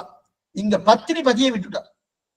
நாம் அத்தனை பேரும் பத்னி, கைவல்யார்த்தியும் பத்னி பகவானை அனுபவம், பகவான் பத்னியை அனுபவிக்கணும். பர்த்தா பாரியா அனுபவிக்கிறாரியா அப்படி இருக்கச்சே அதான் தெரியுறதுங்க. பதி தான் பத்னியை விடுவார். ஆனா உண்மை என்னன்னா பத்தியான பகவான் நம்ம விடல, நாம் தான் அவரை விட்டுட்டோம். அதாவது கைவல்யார்த்தி தான் யாரை விட்டுட்டாரு? பகவான் விட்டார். ஆனா பகவான்கிட்ட பிரார்த்தித்து பெற்றது கைவல்ய மோட்சம். பகவான்கிட்ட பிரார்த்தித்து என்னதுமா பிரார்த்திக்கிறான்? எனக்கு நீ வேண்டாம், என்ன நானே, ஆனா நீதான் எனக்கு கொடுக்கணும், நீதான் எனக்கு கொடுக்கணும். என்ன கொடுக்கணும் தெரியுமா? நீ எனக்கு வேண்டாம், எனக்கு நானே என்னை அனுபவித்துக் கொள்கிறேன், அதைத்தான் நான் பிரார்த்திக்கிறேன்னு உடனே கொடுத்துறேன் இல்லையா? ஆக பகவானை அனுபவிப்பதை தாண்டி தன்னையே அனுபவிக்கக்கூடிய அனுபவம் கைவல்யார்த்திக்கு அனுபவம். மேலும் இதுல இன்னொரு பட்சமும் உண்டு. என்னன்னா அர்ச்சராஜி மார்க்கத்துல போனாலே அவன் திரும்ப வரமாட்டான்னு சாஸ்திரம் சொல்லி இருக்கிறபடியால் பிரகிருதி மண்டபத்துக்குள்ளேயே எங்கேயோ இருக்கிறான் என்று சிலர் கூறுவதும் உண்டு. இதுதான் வேதாந்தேசிகர் பட்சம் சொன்னோம் என்று சிலர் கூறுவதும் உண்டு. இல்ல பிரகிருதி மண்டபத்துக்குள்ளே இருக்கிறார் என்றால் திரும்ப வரலாமே. இந்த 14 லோகத்துக்குள்ள இருக்கான்னா மறுபடியும் யோகத்தை அனுஷ்டித்து இல்லது பக்தி மார்க்கமோ அல்லது பிரகதி மார்க்கமோ அனுகரிச்சு மோட்சம் போலாமானோ? அப்ப பிரகிருதி மண்டலத்தை தாண்டினாதான் திரும்ப முடியாது. பிரகிருதி மண்டலத்தை தாண்டினாதான் திரும்ப வர முடியாது. அப்ப பிரபக்தி பண்ண முடியாது. பிரகிருதி மண்டலம் என்ன? அந்த கடாகத்தை தாண்டி விரதையை தாண்டியாச்சுனாலே திரும்பி வர முடியுமானா திரும்ப வர முடியாது. அப்ப பிரபக்தி பண்ண முடியாது. அப்ப மறுபடியும் மோட்சம் போக முடியாது. அப்ப என்ன கெட்டே போனான்.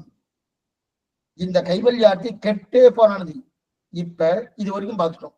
ஆக இப்ப நம்ம என்னென்ன பார்த்துருக்கோம், நம்ம மறுபடியும் திரும்பி சொல்றேன் இருக்கணும். அதாவது முமுட்சு புபுட்சு, முமுட்சு புபுட்சு, அந்த புபுட்சு அர்த்த காமபரன் தர்மபரன் எடுத்துட்டா, ஆனா தர்மபரன் அவனை ரெண்டா பிரிச்சுட்டா. தேவதாந்திர பரமும் அதே போல பகவன் லாபார்த்தியா இருக்கக்கூடிய ஒரு நிலையில் இருக்கு. அதுல கைவல்யார்த்தி ஐஸ்வர்யார்த்தியா இருக்கக்கூடிய நிலையிலே கைவல்யார்த்தி ஐஸ்வர்யார்த்தி ஒன்னா சேர்த்துட்டார் வேதாந்தேசிகர். கைவல்யார்த்தியை மோட்சார்த்தியோடு சேர்த்துட்டார் அப்படின்னு வரைக்கும் பார்த்தோம். இப்ப அடுத்தது இப்ப வேறு வகையாக பிரிக்கிறார். வேறு வகை வகைன்னா என்னது? மோட்சத்தில் விருப்பம் இருப்பவர்கள் ரெண்டு வகை. மோட்சத்தில் இருப்பவர் ரெண்டு வகை. அதாவது அடைவதிலே இருக்கும் விருப்பத்தில் பொறுத்து ரெண்டு வகை. அடைவதில் இருக்கும் விருப்பத்தை பொறுத்து ரெண்டு வகை.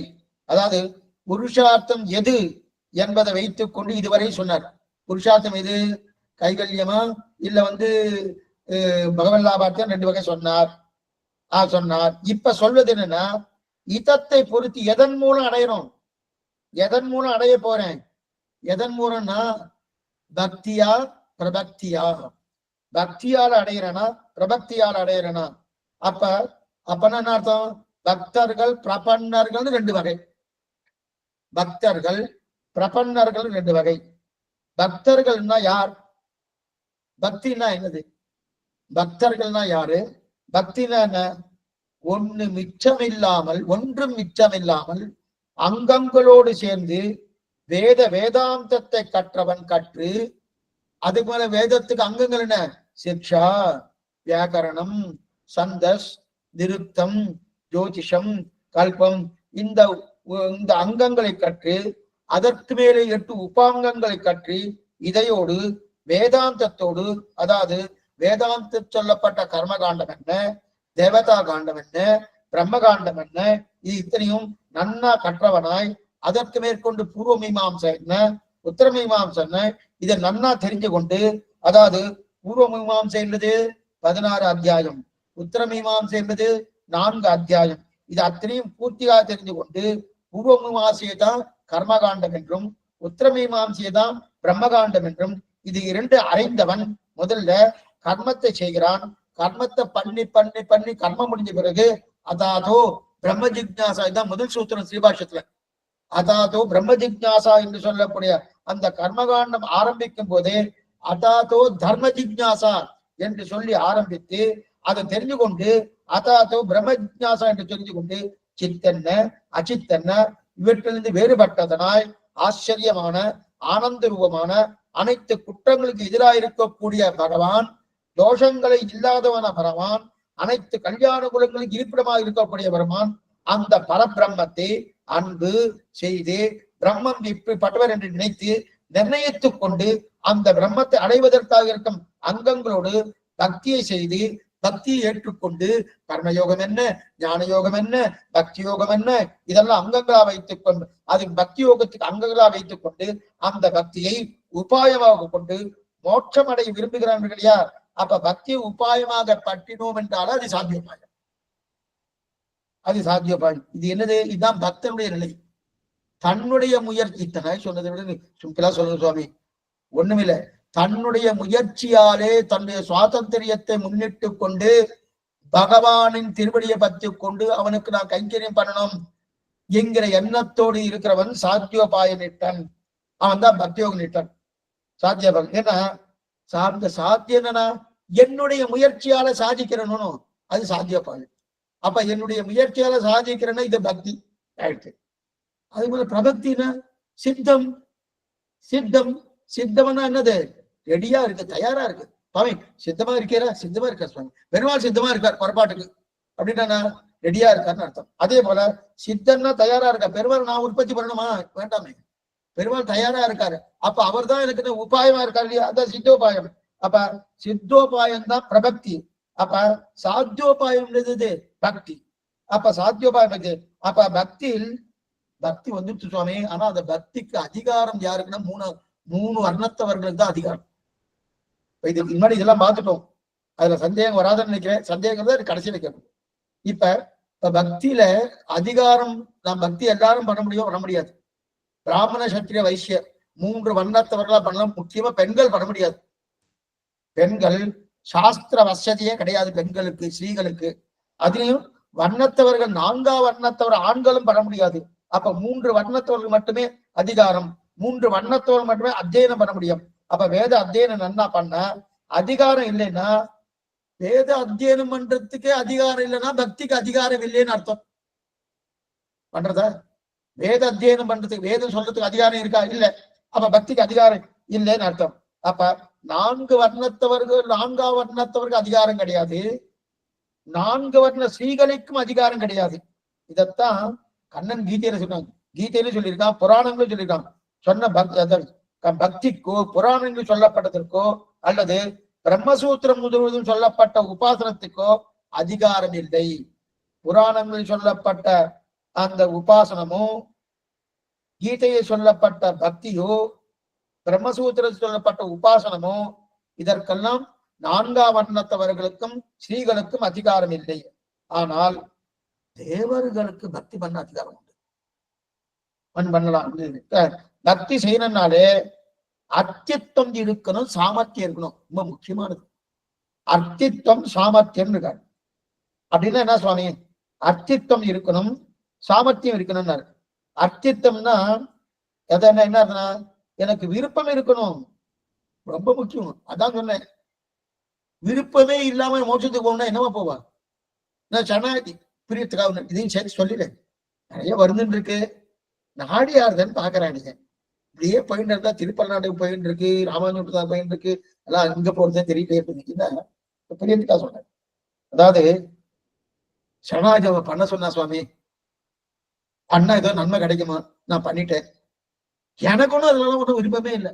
பண்ண சொன்னான்னு பண்ணிட்டேன். இப்ப நம்ம சில பேர் நினைக்கிறா, இந்த மாத்திரை கொடுக்குறேன், இது தூக்க மாத்திரை, உங்களுக்கு தூக்கம் வரலன்னு சொல்லிட்டு இருக்கேன், நீங்க போட்டு உங்களுக்கு தூக்கம் வந்துடும் அப்படின்னா, இப்ப நான் உடனே என்ன பண்றேன்? அந்த எனக்கு தூக்கம் வரலையே அந்த மாத்திரையை போட்டுக்கிறேன், தூக்கம் வந்துடுச்சு. ஆனா நான் போட்டதுக்கு முன்னாடி என்னுடைய எண்ணம் எப்படி இருந்ததுன்னா, அந்த மாத்திரை போட்டுக்கணுமா எனக்கு கொஞ்சம் நம்பிக்கையே இல்லை. இன்னமும் போட்டுக்க சொல்ற, போட்டுக்கணும்னா ஏதாவது சத்தம் போடுவா, என்ன இந்த மாதிரி ஒரு பிடிவாதமா இருக்காரு அப்படின்னு சொல்லி சத்தம் போடுவா. சரி போட்டு தொலைக்கிறேன்னு போட்டுட்டேன். அது வேலை செய்யுமா செய்யாத? செய்யும். அதே போல நான் சரணாகி பண்றேன், எனக்கு ஒன்றும் நம்பிக்கை இல்லை, அவதான் சொன்னா அதனால பண்ண, உடனே வேலை செய்யணும் பண்ணும் செய்யாது. இதான் சொல்லிட்டு இருக்கேன். நம்ம தூக்க மாத்திரை போட்டு வேலை செய்யறா போல சரணாகதி இல்ல.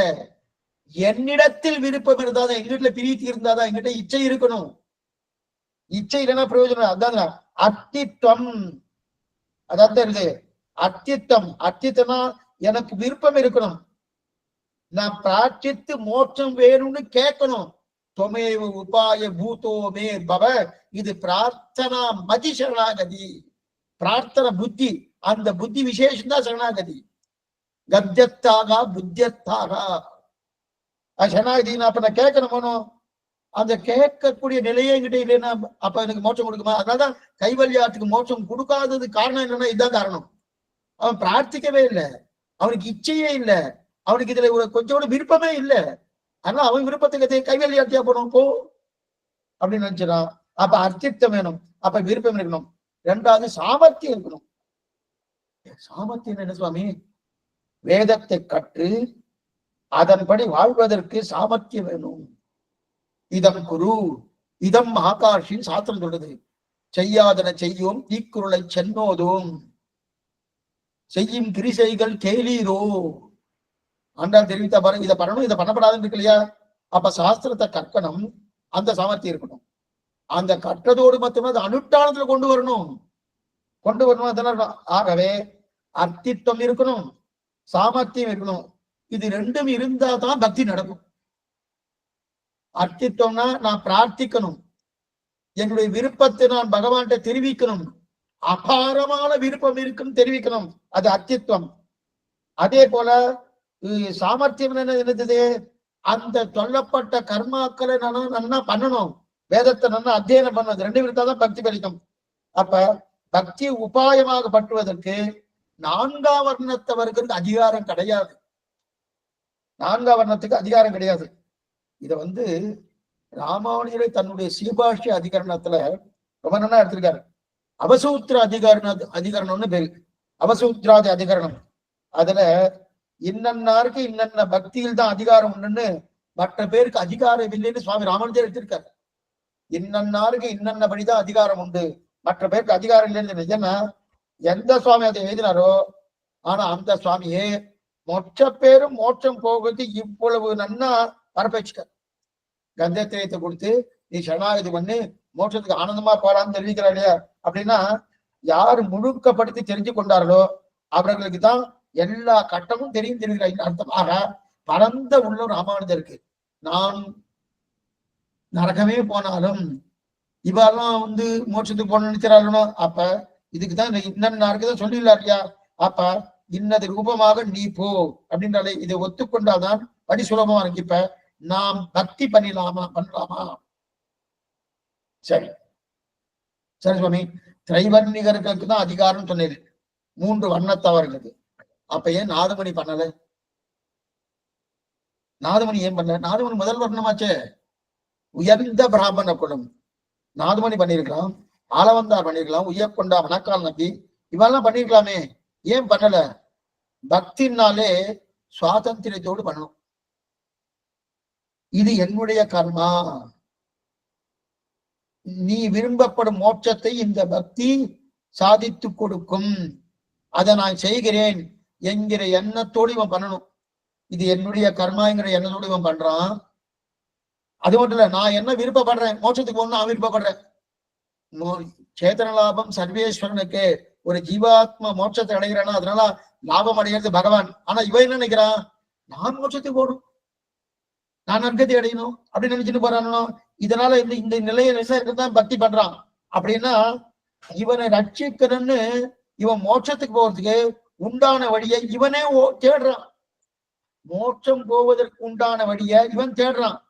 அப்படின்னா இவனே மோட்சம் போவதற்கு உண்டான வழியை இவன் தேடுகிறான்னா தன்னுடைய பாரதந்திர சொரூபத்துக்கு விரோதம், தன்னுடைய பரதந்திரனான சொரூபத்துக்கு விரோதம். அப்பன்னா நான் பகவானுக்கு பரதந்திரன். பகவானுக்கு பரதந்திரன் என்ன அர்த்தம் அப்படின்னா, அவர் தான் என்னை ரட்சிக்கணும். என்னை நானே சுரட்சனே சுவான்மயம் ஒழிகை, என்னை நானே ரட்சித்துக் கொள்ளப்படாது. ரட்சித்துக் கொள்ளப்படாதுன்னா கீழே வந்துட்டு எழுதக்கூடாதுன்னு அப்படி அர்த்தம் இல்லை, ஆத்ம ரட்சத்தை சொல்லிட்டு இருக்கேன். அப்படி கட்சிதே என்னை நானே ரட்சித்துக் கொள்கிறது, அவன் தான் என்னை ரட்சிக்கணும் என்கிற நினைவு இவன் பக்திக்கே போக விட மாட்டேங்கிறது. தான் முக்கியம். அந்த நினைவு வந்துட்டுன்னு வச்சுங்க, இவன் பக்திக்கு போவானா? பக்திக்கு போயிட்டா இந்தந்த குற்றங்கள்லாம் வருது. சுவாதந்திரம் எனக்கு வந்துடுறது, பாரதந்திரியான தன்மை போயிடுறது. அது மட்டுமல்ல, என்னை நானே ரட்சித்துக் கொண்டு எனக்கு எங்க நான் வந்துருதணும். அதனால இவன் என்ன பண்றான், நாதமணி தொடக்கமான பூர்வாச்சாரர்கள் பக்திக்கு போக மாட்டேங்கிறான். ஆனா பிரபக்திக்கு வந்தாச்சுன்னா என்னிடத்துல ஒண்ணுமே இல்லையே, ஏதோ இருக்கா, ஒண்ணும் இல்லையே. உன் சொத்தை, இது வேதாந்தேசிக தெரிவிக்கிறார் ஞாச விம்சத்தில, உன் சொத்தை உன் ஆனந்தத்திற்காக உன் முயற்சியால் நீயே உனக்காக நீ இதை என்னை சேர்த்துக் கொள்கிறாய். அப்படின்னா என்ன அர்த்தம், என்கிட்ட ஒரு துளியும் எதுவுமே இல்லைன்னு அர்த்தம், ஒரு துளியும் சுவாதந்திரம் இல்லைன்னு அர்த்தம், ஒரு துளியும் சுவாதந்திரம் கிடையாதுன்னு. அதனால்தான் நம்முடைய பூர்வாச்சாரிகள் பாரதந்திர சுரூபத்துக்கு பொருத்தமாக இருக்கக்கூடிய பிரபத்தியை தேர்ந்தெடுத்தார்கள். நம்முடைய பூர்வாச்சாரியர் ஏன் பிரபத்தி எடுத்துட்டா, ஏன் பக்திக்கு போகல? எதனால பக்தி போல? பாரதந்திர சுரூபத்துக்கு விரோதம். சுதந்திரனுக்கு அது நல்லா இருக்கும், ஆனா பக்தி மார்க்கம் வந்து சுதந்திரன் பண்றான் இல்லையா? அதனாலதான் அவன் போகல, தேர்ந்தெடு. அந்த பிரபக்திக்கு அனைவரும் அதிகாரிகள். இது மட்டும் இல்ல, பக்திக்கு அனைவரும் அதிகாரிகள் கிடையாது, அதிகிருத்த அதிகாரம். ஆனா பிரபக்திக்கு முக்கியமா ஸ்ரீகள் அதிகாரம் உண்டு. பிரபக்திக்கு ஸ்ரீகள் பக்திக்கு அதிகாரமான கிடையாது. ஸ்ரீகள் கர்மயோகம் பண்ண முடியுமா, ஞான யோகம் பண்ண முடியுமா, பக்தி யோகம் பண்ண முடியுமா, ஏன் வேதந்தா வாசிக்க முடியுமா? முடியாது. அதோகதியான அதுக்குதான் சுவாமி பெருமானார் பிரபக்தி கொடுத்திருக்கார்.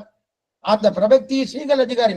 சரி, பிரபக்தி ஸ்ரீகள் மட்டும் இல்ல, மனுஷர்கள் மட்டும் இல்ல, திரியக்கு என்ன, ஸ்தாவரம் என்ன, இவ்வாறையும் சேர்த்துக்கலாம், தாராளமா சேர்த்துக்கலாம். பசு மனுஷ பக்ஷிவான் ஏச வைஷ்ணவ அப்படிங்கிற பசு மனுஷ பக்ஷிவான் பகவான்கிட்ட சரணாகதி பண்ணியிருந்தாலே அல்லது ஒரு பிராபண்யம் இருந்தாலோ அவர் கொடுத்துடுறார். சரணாகதி பண்ணாலே போறோம், ஒரு பிராபண்யம் இருந்தா போறோம், அவர் கொடுத்துடுறார். சரி சுவாமி, கோபிகைக்கு கொடுத்தாரா? கோபிகை சரணாகதி பண்ணாரா? கொடுத்தாருன்னா அவர்களுக்கு இருந்த பக்தி, அவர்களுக்கு இருந்த காதல் எப்படிப்பட்ட காதல்! கோபிகையுடைய காதல் ஆழ்வார் தாழ்த்துக்கிறார். அந்த காதல் எனக்கு வேணும்னு கேட்கிறார். அந்த கோபிகை எப்படிப்பட்ட காதல்! அதனால அந்த காதல் இருந்தபடிதான் அவர் கொடுத்தார். ஜட்டாய்க்கு கொடுத்தாரு சுவாமி, அது பக்ஷியாச்சு சுவாமி.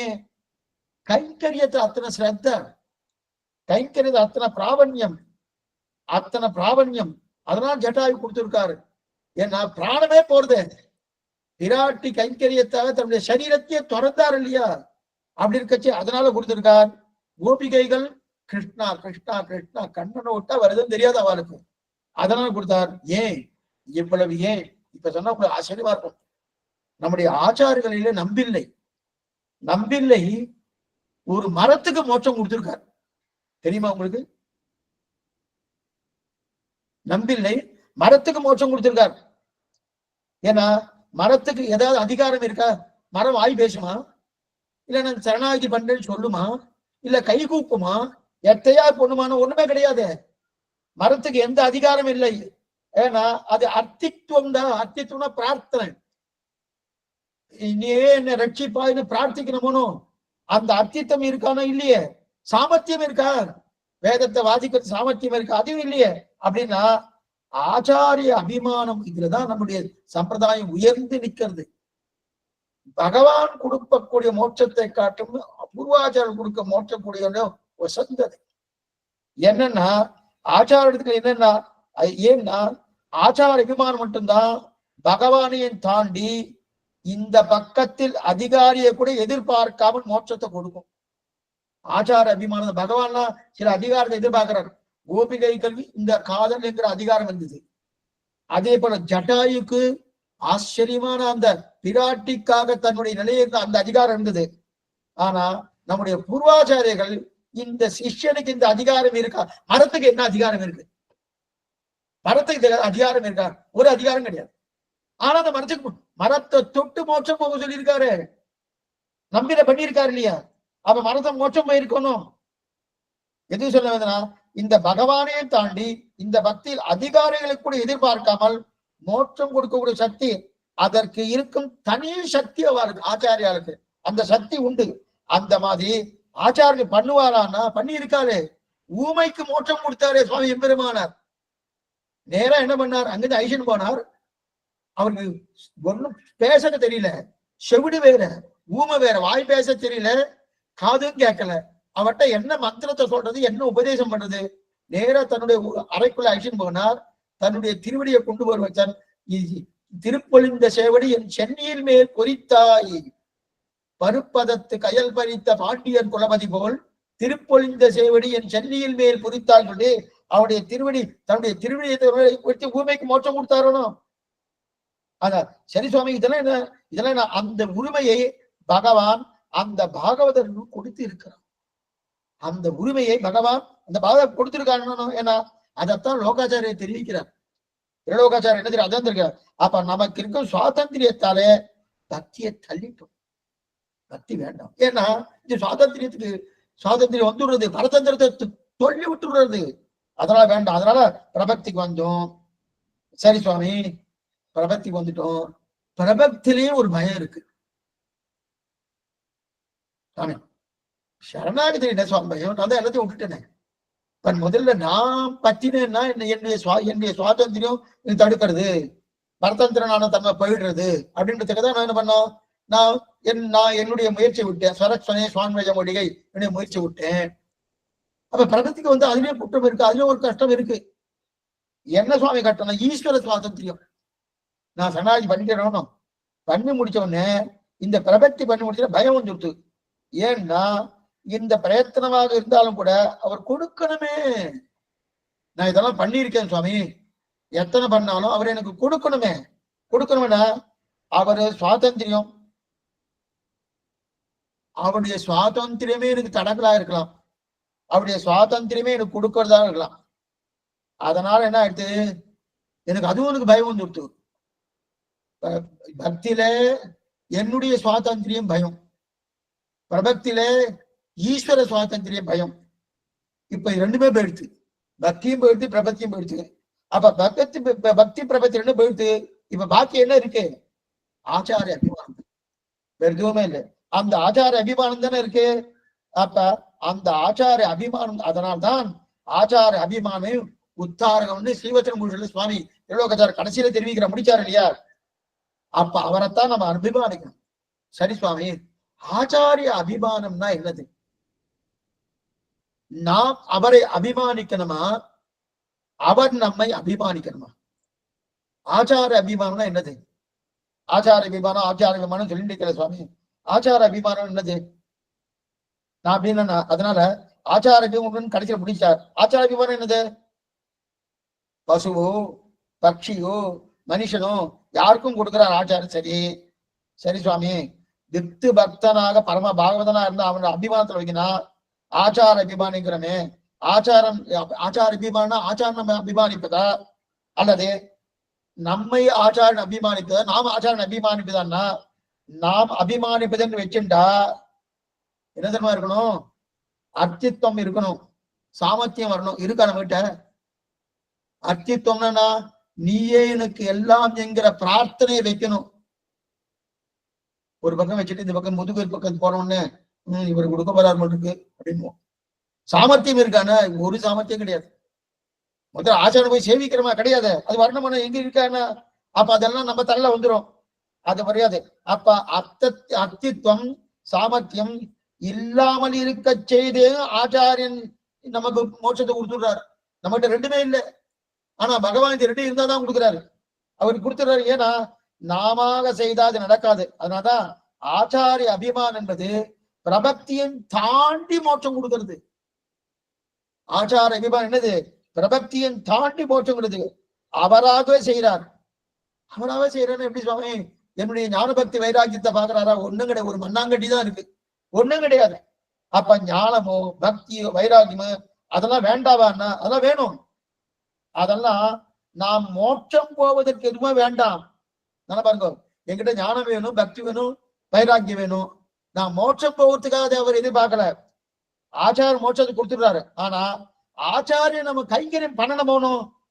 அந்த கைங்கரியம் பண்ற காலத்துல இவருக்கு ஞானம் இல்லைன்னா பிரயோஜனம் இல்லை. ஆக கைங்கரியத்தை ஏற்றுக்கொள்ளும் போதுதான் இவன் ஞானத்துக்கும் அனுஷ்டானத்துக்கும் பிரயோஜனம். கைங்கரியம் பண்ணோம்னா அவருடைய ஆனந்தத்துக்கு தகுந்தா போல, அவருடைய யுக்திக்கு தகுந்தா போல கைங்கரியம் பண்ணணும் போகணும். அப்பதான் அந்த ஞானத்துக்கு அனுஷ்டானத்துக்கு பிரயோஜனம். ஆனால் ஆச்சார நம்மை ஏற்றுக்கொள்ளும் சமயத்தில் இந்த ஞான அனுஷ்டானம் எதுவுமே பிரயோஜனமே இல்லை. சுவாமி ஞான அனுஷ்டானம் விட்டு நன்னா இருக்குன்னு சொல்லுங்க, அப்ப நான் ஏத்துக்கிறேன்னு எந்த ஆச்சாரம் சொல்றேன்? ஒரே பாட்டு. நன்மையால் மிக்க நான்மறையாளர்கள் பொன்மையாக கருதுவர், ஆதலின் அன்னையாய் அத்தனாய் என்னையாண்டின் தன்மையான் உண்மையாக கருதினபடியாலே நம்மாழ்வார் அன்னை ஏற்றுக்கொண்டார் மதுரகவி ஆழ்வார் தெரிவிக்கிறார். அப்படி இருக்காச்சே, இதுக்கு சொல்ல வந்தேன்னா, அப்ப அவர் ஏற்றுக்கொள்ள சமயத்தில் நமக்கு ஞான விட்டானுங்க பிரயோஜனம் இல்லை. ஏன்னா அவர் இதை எதிர்பார்த்து ஏற்றுக்கொள்ள, இவருக்கு ஒண்ணும் இல்லை, வெறும் மண்டி தான், ஒரு மண்ணாங்கட்டி தான், அவனுக்கு ஒண்ணும் கிடையாது. அவர் ஏத்துட்டாரு. ஆனா எங்க ஏத்துட்டாரு? மரத்துக்கு மோட்சம் கொடுத்திருக்காரு. மரத்துக்கு ஞான விட்டானும் இருக்கா? ஏதாவது இருக்கா? ஒண்ணுமே இல்லையா? மரத்துக்கு மோட்சம் கொடுத்திருக்கா இல்லையா? ஜட்டாய்க்கு மோட்சம் கொடுத்தாரு. அப்ப அவருக்கு கைங்கரியத்திலே எத்தனையோ சிரத்தை இருந்திருக்கு. அப்ப இருந்தாலும் ஜட்டாய்க்கு மோட்சம் கொடுத்தது சீதைக்கு தான் உயர விட்ட மேலே. ஏன்னா இத ஜட்டாய் கிட்ட சுவாமி அவர் ஒண்ணு பிரார்த்திக்கவே இல்லையே சுவாமின்னா, பிரார்த்திக்காம இருக்க செய்தையும் எதனால கொடுத்தாருன்னா, பஞ்சவடிக்குள்ள நுழையிறா ராமன். சும்மா சரித்திரத்தை சொல்கிறேன். ஏன்னா இந்த ஜட்டாயுக்கு சில பேர் நிறைய சந்தேகம் கொடுக்குறார். இவரா கொடுத்தார் சுவாமி, நீங்க என்ன சொல்றீங்க? சரணாகி பண்ணணும், பிரார்த்திக்கணும். ஜட்டாய் பிரார்த்திக்காம கொடுத்துறா சுவாமி. அதே மாதிரி பகவான் கொடுக்குறான்னா ஜட்டாய்க்கு அந்த குவாலிபிகேஷன் இருந்தது, தகுதி இருந்தது. என்ன தகுதின்னு இப்ப பாக்குறேன் பாருங்க. பஞ்சவட்டிக்குள்ள ராமன் நுழையிறான். பஞ்சவட்டிக்குள்ள ராமன் நுழையும் போதே ஜட்டாயு ஜட்டாயு தான் முதல்ல சந்திக்கிறார். சந்திக்கும் போது ராமா நீ இங்க இரு, உனக்கு எந்த விதமான ஆபத்தும் வராது, நான் உன்னை காப்பாத்துறேன். முதல்ல சொன்னது யாருன்னா ஜட்டாயுதம். இந்த பச்சை வெட்டிக்குள்ள போன உடனே அதுக்கப்புறம் 4-5 வருஷம் கழிச்சு இந்த சரித்திரமா நடந்திருக்கு ராவணன் வந்தது. அப்படி இருக்கச்சது பச்சை வெடிக்குள்ள போன உடனே முதல் முறை ஜட்டாய சந்திச்சுதான் நீ ரமானி இங்க இரு, நான் உன்னை பாத்துக்கிறேன் அப்படின்னு சொன்னது முதல் முறை அங்கதான் பண்ணார். அப்ப சொன்னார் நான் முக்கிய உன்னை பார்த்துக் கொள்கிறேன் அப்படின்னு தெரிவிக்கிறார் இல்லையா. எதுக்கு சொல்ல வந்தேன்னா அந்த காப்பாற்றுகிறது இல்லையா, ஒண்ணுமே தெரியாதவர் அல்ல, நன்னா தெரிஞ்சவர். ஜட்டாயு பகவான் கருணைக்குத்தான் காட்சியாக கொடுக்க முடியும் அப்படின்னு தெரிவிக்கிறார். அப்ப சீதைக்காக பிராணனை விட்டார் இல்லையா. ஆனா எத்தனைதான் இருந்தாலும் அதை விட ஆச்சாரின் கருணைக்குத்தான் பிரதானம். ஏன்னா ஜட்டாயுவால் ஏதாவது பண்ணிட்டு சீதைக்காக பிராணன் விட்டுது, மரம் என்ன பண்ணிட்டு நம்பில மோட்சம் கொடுத்திருக்காரு. மரம் என்ன சுவாமி பண்ணிட்டு என்ன பண்ணிட்டு ஒண்ணுமே பண்ணலையே. இந்த மாதிரி பகவான் கொடுப்பாருன்னு கொடுக்க மாட்டார், ஆச்சாரம் தான் கொடுப்பார். ஆச்சாரியம் தான் கொடுப்பார், பகவான் கொடுப்பாரு கொடுக்க மாட்டார். மரம் ஏதாவதுன்னா மரத்தை தொட்டு மோட்சத்தை கொடுத்தாரு என்பது ஊமை காது கேளாதவனுக்கு ராமானுஜர் கொடுத்தாரு இல்லையா. இதெல்லாம் நல்லா தெரியறது எதுக்கு சொல்ல வந்தேன்னா அதனால பக்தியை விட பிரபக்தி பிரதானம். அதுலயும் அந்த பிரபக்தியில ஆச்சார அபிமானம் பிரதானத்துக்காக கூட இது வந்துடுத்து வந்தபடியா சொன்னேன். இப்ப பக்தர்கள் 2 வகை பார்த்தோம். அவன் எங்கேயோ போயிட்டு எப்படியோ வந்திருக்கு 2 வகை. இதுல பக்தர்கள் 2 பக்தர்கள்னா பக்தர்கள் பக்தர்கள். இப்ப அடுத்த நிலைக்கு வரும். பக்தர்கள் 2 வகை. என்ன பக்தி? பக்தினா பக்தி பண்ணக்கூடிய நிலையில் 2 வகை, 2 பக்தி. ஒண்ணு சாதன பக்தி, இன்னொன்னு சாத்திய பக்தி. அப்பனா பிரபன்னர்கள் பக்தி உண்டா? உண்டு. நம்ம என்ன சொல்றோம்னா பக்தியே கிடையாது போட்டுருக்கு சாமி, பக்தி யோகம் இருக்கிறதா பக்தி, நமக்கெல்லாம் பக்தி கிடையாது. பக்தி நமக்கும் உண்டு. நமக்கன்னா இந்த இடத்துல வந்து என்ன அர்த்தம்னா பிரபன்னர்கள் கொஞ்சம் நல்லா புரிஞ்சுக்கணும். நமக்குங்கிற நாராயணனே நமக்கே, அந்த இடத்துல நமக்கே இருக்கு. யாரு தெரியுமா? சரணாகதி நிட்டர்னு பேரு. நமக்கு என்ன வாசல்ல போறவாள்லாம் நமக்கு என்ன சொல்ல முடியாது. யாரெல்லாம் பகவானை உபாயம் உபயோகம் வேண்டி இருக்கிறவாள் தான் நமக்கே. அதே போல இந்த இடத்துல நமக்கு என்னன்னா நமக்கு பக்தி உண்டு, பிரபன்னர்களும் பக்தி உண்டு. ஆனா பக்தி 2 விதம், சாதன பக்தி, சாத்திய பக்தி. வியாசர் முதலானவர்லாம் சாதன பக்தி பண்ண. சாதன பக்தினா என்ன, சாத்திய பக்தினா என்ன? பக்தியை பண்ணினே அதனால் இது கிடைச்சது, அது சாதன பக்தின்னு பேர். பக்தியை பண்ணினதே பிரயோஜனம், அது சாத்திய பக்தின்னு பேர். ஒண்ணுமே இல்லையே சுவாமி, எவ்வளவு வித்தியாசம் தெரியுமோ, எவ்வளவு வித்தியாசம் தெரியுமோ. ஒரு காரியம் பண்ணிட்டு இருக்கேன், அந்த காரியம் பண்றதே எனக்கு ஆனந்தம், இது ஒரு நிலை. அந்த காரியம் பண்ணா இதுக்கு அது எனக்கு கிடைக்கிறது, அதனால பண்ணேன், இது ஒரு நிலை. நிறைய வித்தியாசம் உண்டு. அதத்தான் சாதன பக்தி என்றும் சாத்திய பக்தின்னு சொல்றார். இப்ப வியாசர் முதலானவெல்லாம் சாதன பக்தி பை. ஏன்னா பக்தியை சாதனமாக கொண்டுதான் மோட்சம் போனான். வியாசன் முதலானவர்கள்லாம் அந்த மகரிஷி எல்லாம் பக்தியை சாதனமாக கொண்டுதான் மோட்சம் போனான். சாத்திய பக்தி யார் சுவாமி பண்ணா? பக்தி பண்றதே பிரயோஜனம். நாதமணி தொடக்கமாக நம்முடைய பூர்வாச்சாரியர் அத்தனை பேரும் சாத்திய பக்தியை பண்ண. நாதமணி தொடக்கமாக நம் பூர்வாச்சாரியர் பக்தி என்னென்ன சாத்திய பக்தி அப்படின்னா அவர்கள் சாதனமாக உபாயமாக பற்றினது கிடையாது. சாதனம் பகவான் தான், உபாயம் சர்வேஸ்வரன் தான். அப்ப பக்தி எதற்குன்னா சாத்திய பக்தி. சரி, சாத்திய பக்தி எதுக்கு வரணும்? அவருடைய அனுகிரகத்தாலே பக்தி கிடைத்தது, அனுகிரகத்தாலே கட்டி கிடைத்தது. ராமானுஜரே 3 விதமான பக்தியை பிரார்த்திக்கிறார்னு பார்த்திருக்கோமோ கஜத்ரேயத்துல. சுவாதீன திமித சேதனா சேதன சுரூப ஸ்திதி பிரபுத்தி பேதம் அப்படின்னு ஆரம்பிச்சார். அதுல என்ன செய்கிறார்? தன்னுடைய பிரபக்தி பண்ண பிறகு 3 விதமான பக்தியை பிரார்த்திக்கிறார். பரபக்தி என்ன, பரஜானம் என்ன, பரமபக்தி என்ன அப்படின்னு சொல்லி. சரி சுவாமி, பிரபக்தி பண்ணின பிறகு பக்தி எதுக்கு? பிரபக்தியை பண்ணிட்டேன் நான் தான் சர்வஸ்வம் எல்லாத்தையும் பகவான் ஒப்படைச்சிட்டு சொல்லணும். பக்தி எதற்கு? பிரபக்தி பிறகு பலமாக பக்தியை கேட்கிறார். அதான் இந்த பக்தி சாதன பக்தி இல்ல, பலபக்தி. அதான் சாத்திய பக்தி.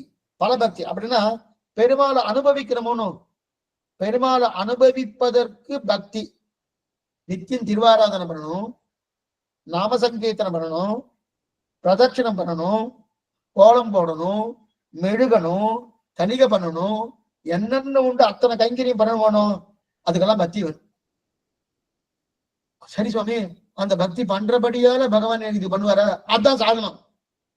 அந்த பக்தி எதுக்காக பண்றோம்னா, இது பண்றதுக்காகவே பண்றோம்.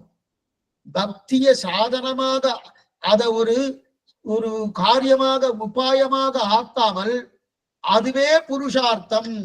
அதுதான் சாத்திய பக்தி. புரியுதுலையா? இது சாதன பக்தி இல்ல, அதான் பக்தி வேணும். அப்ப பக்தி உபாயம் அல்ல, சாத்தியமாக அல்ல. இது இப்ப அதுதான் என்னது, அந்த பக்தி சாத்திய பக்தி. அப்ப பக்தி வேணும். பிரபன்னனுக்கு பக்தி உண்டான்னு யாரை காட்டா இல்லைன்னு சொல்லாதீங்க. பக்தி உண்டு, பக்தி உண்டு. அந்த பக்தி சாத்திய பக்தி. அதே சாமானியப்பட்டவனுக்கு பக்தி உண்டா? அதாவது யாருக்கு? பக்தி மார்க்க நிஷ்டனுக்கு, பக்தி யோக நிஷ்டனுக்கு பக்தி உண்டா? உண்டு. அந்த பக்தி என்ன? சாதன பக்தி அப்படின்னு தெரிந்தால். அதற்கு மேல இப்ப பிரபக்திய பக்தி ரெண்டு விதமா சொல்றாங்க. பிரபக்தி பக்தி, பிரபக்தி பக்தி என்னன்னா ஆகிஞ்சன்யம் அனன்ய கதித்தம் சொல்கிறார். ஆச்சரியமான விஷயம் மேற்கொண்டு தெரிவிக்கிறார். இதெல்லாம் முடிஞ்சோடனே இது முடிக்க போறது. இது முடிஞ்சோடனே அதுக்கப்புறம் ஈஸ்வரன் யாரு அப்படின்றது, அதுக்கப்புறம் அத்ரவியம்னா என்னன்னு பார்க்கணும். என்னன்றது மேற்கொண்டு பார்க்கணும். ஆழ்வார பெருமானார் ஜிய திருவிலேசனம், ஆச்சாரியம் திருவிலேசனம், பகவதாறு திருவடிகளேசனம். இன்னைக்கு நிறைய பார்த்திருக்கோம். சந்தேகங்கள் எதா இருந்தா அவசியம் கேட்கலாம். மேற்கொண்டு இன்னைக்கு நிறைய உன்னிப்பா கேட்கலாம். இல்லைன்னா திருப்பி மறுபடியும் இந்த ரெக்கார்டிங் பார்த்து கேட்டுருக்கோம். இப்ப ஏதாவது சந்தேகம் கேட்கலாம்.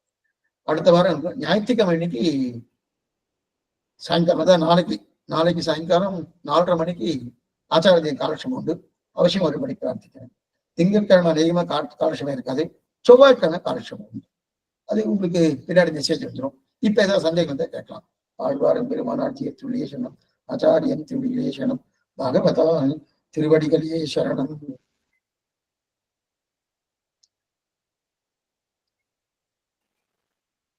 அடியேன்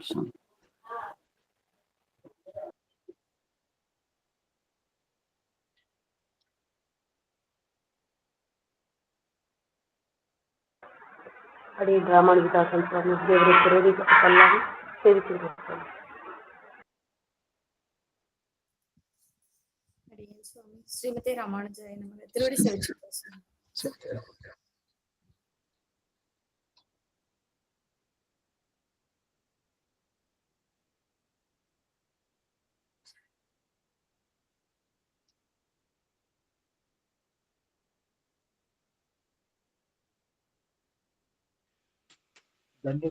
ஸ்ரீமதி ராமானுஜாய. புரிஞ்சுதணும்? நல்லா புரிஞ்சுது சுவாமி.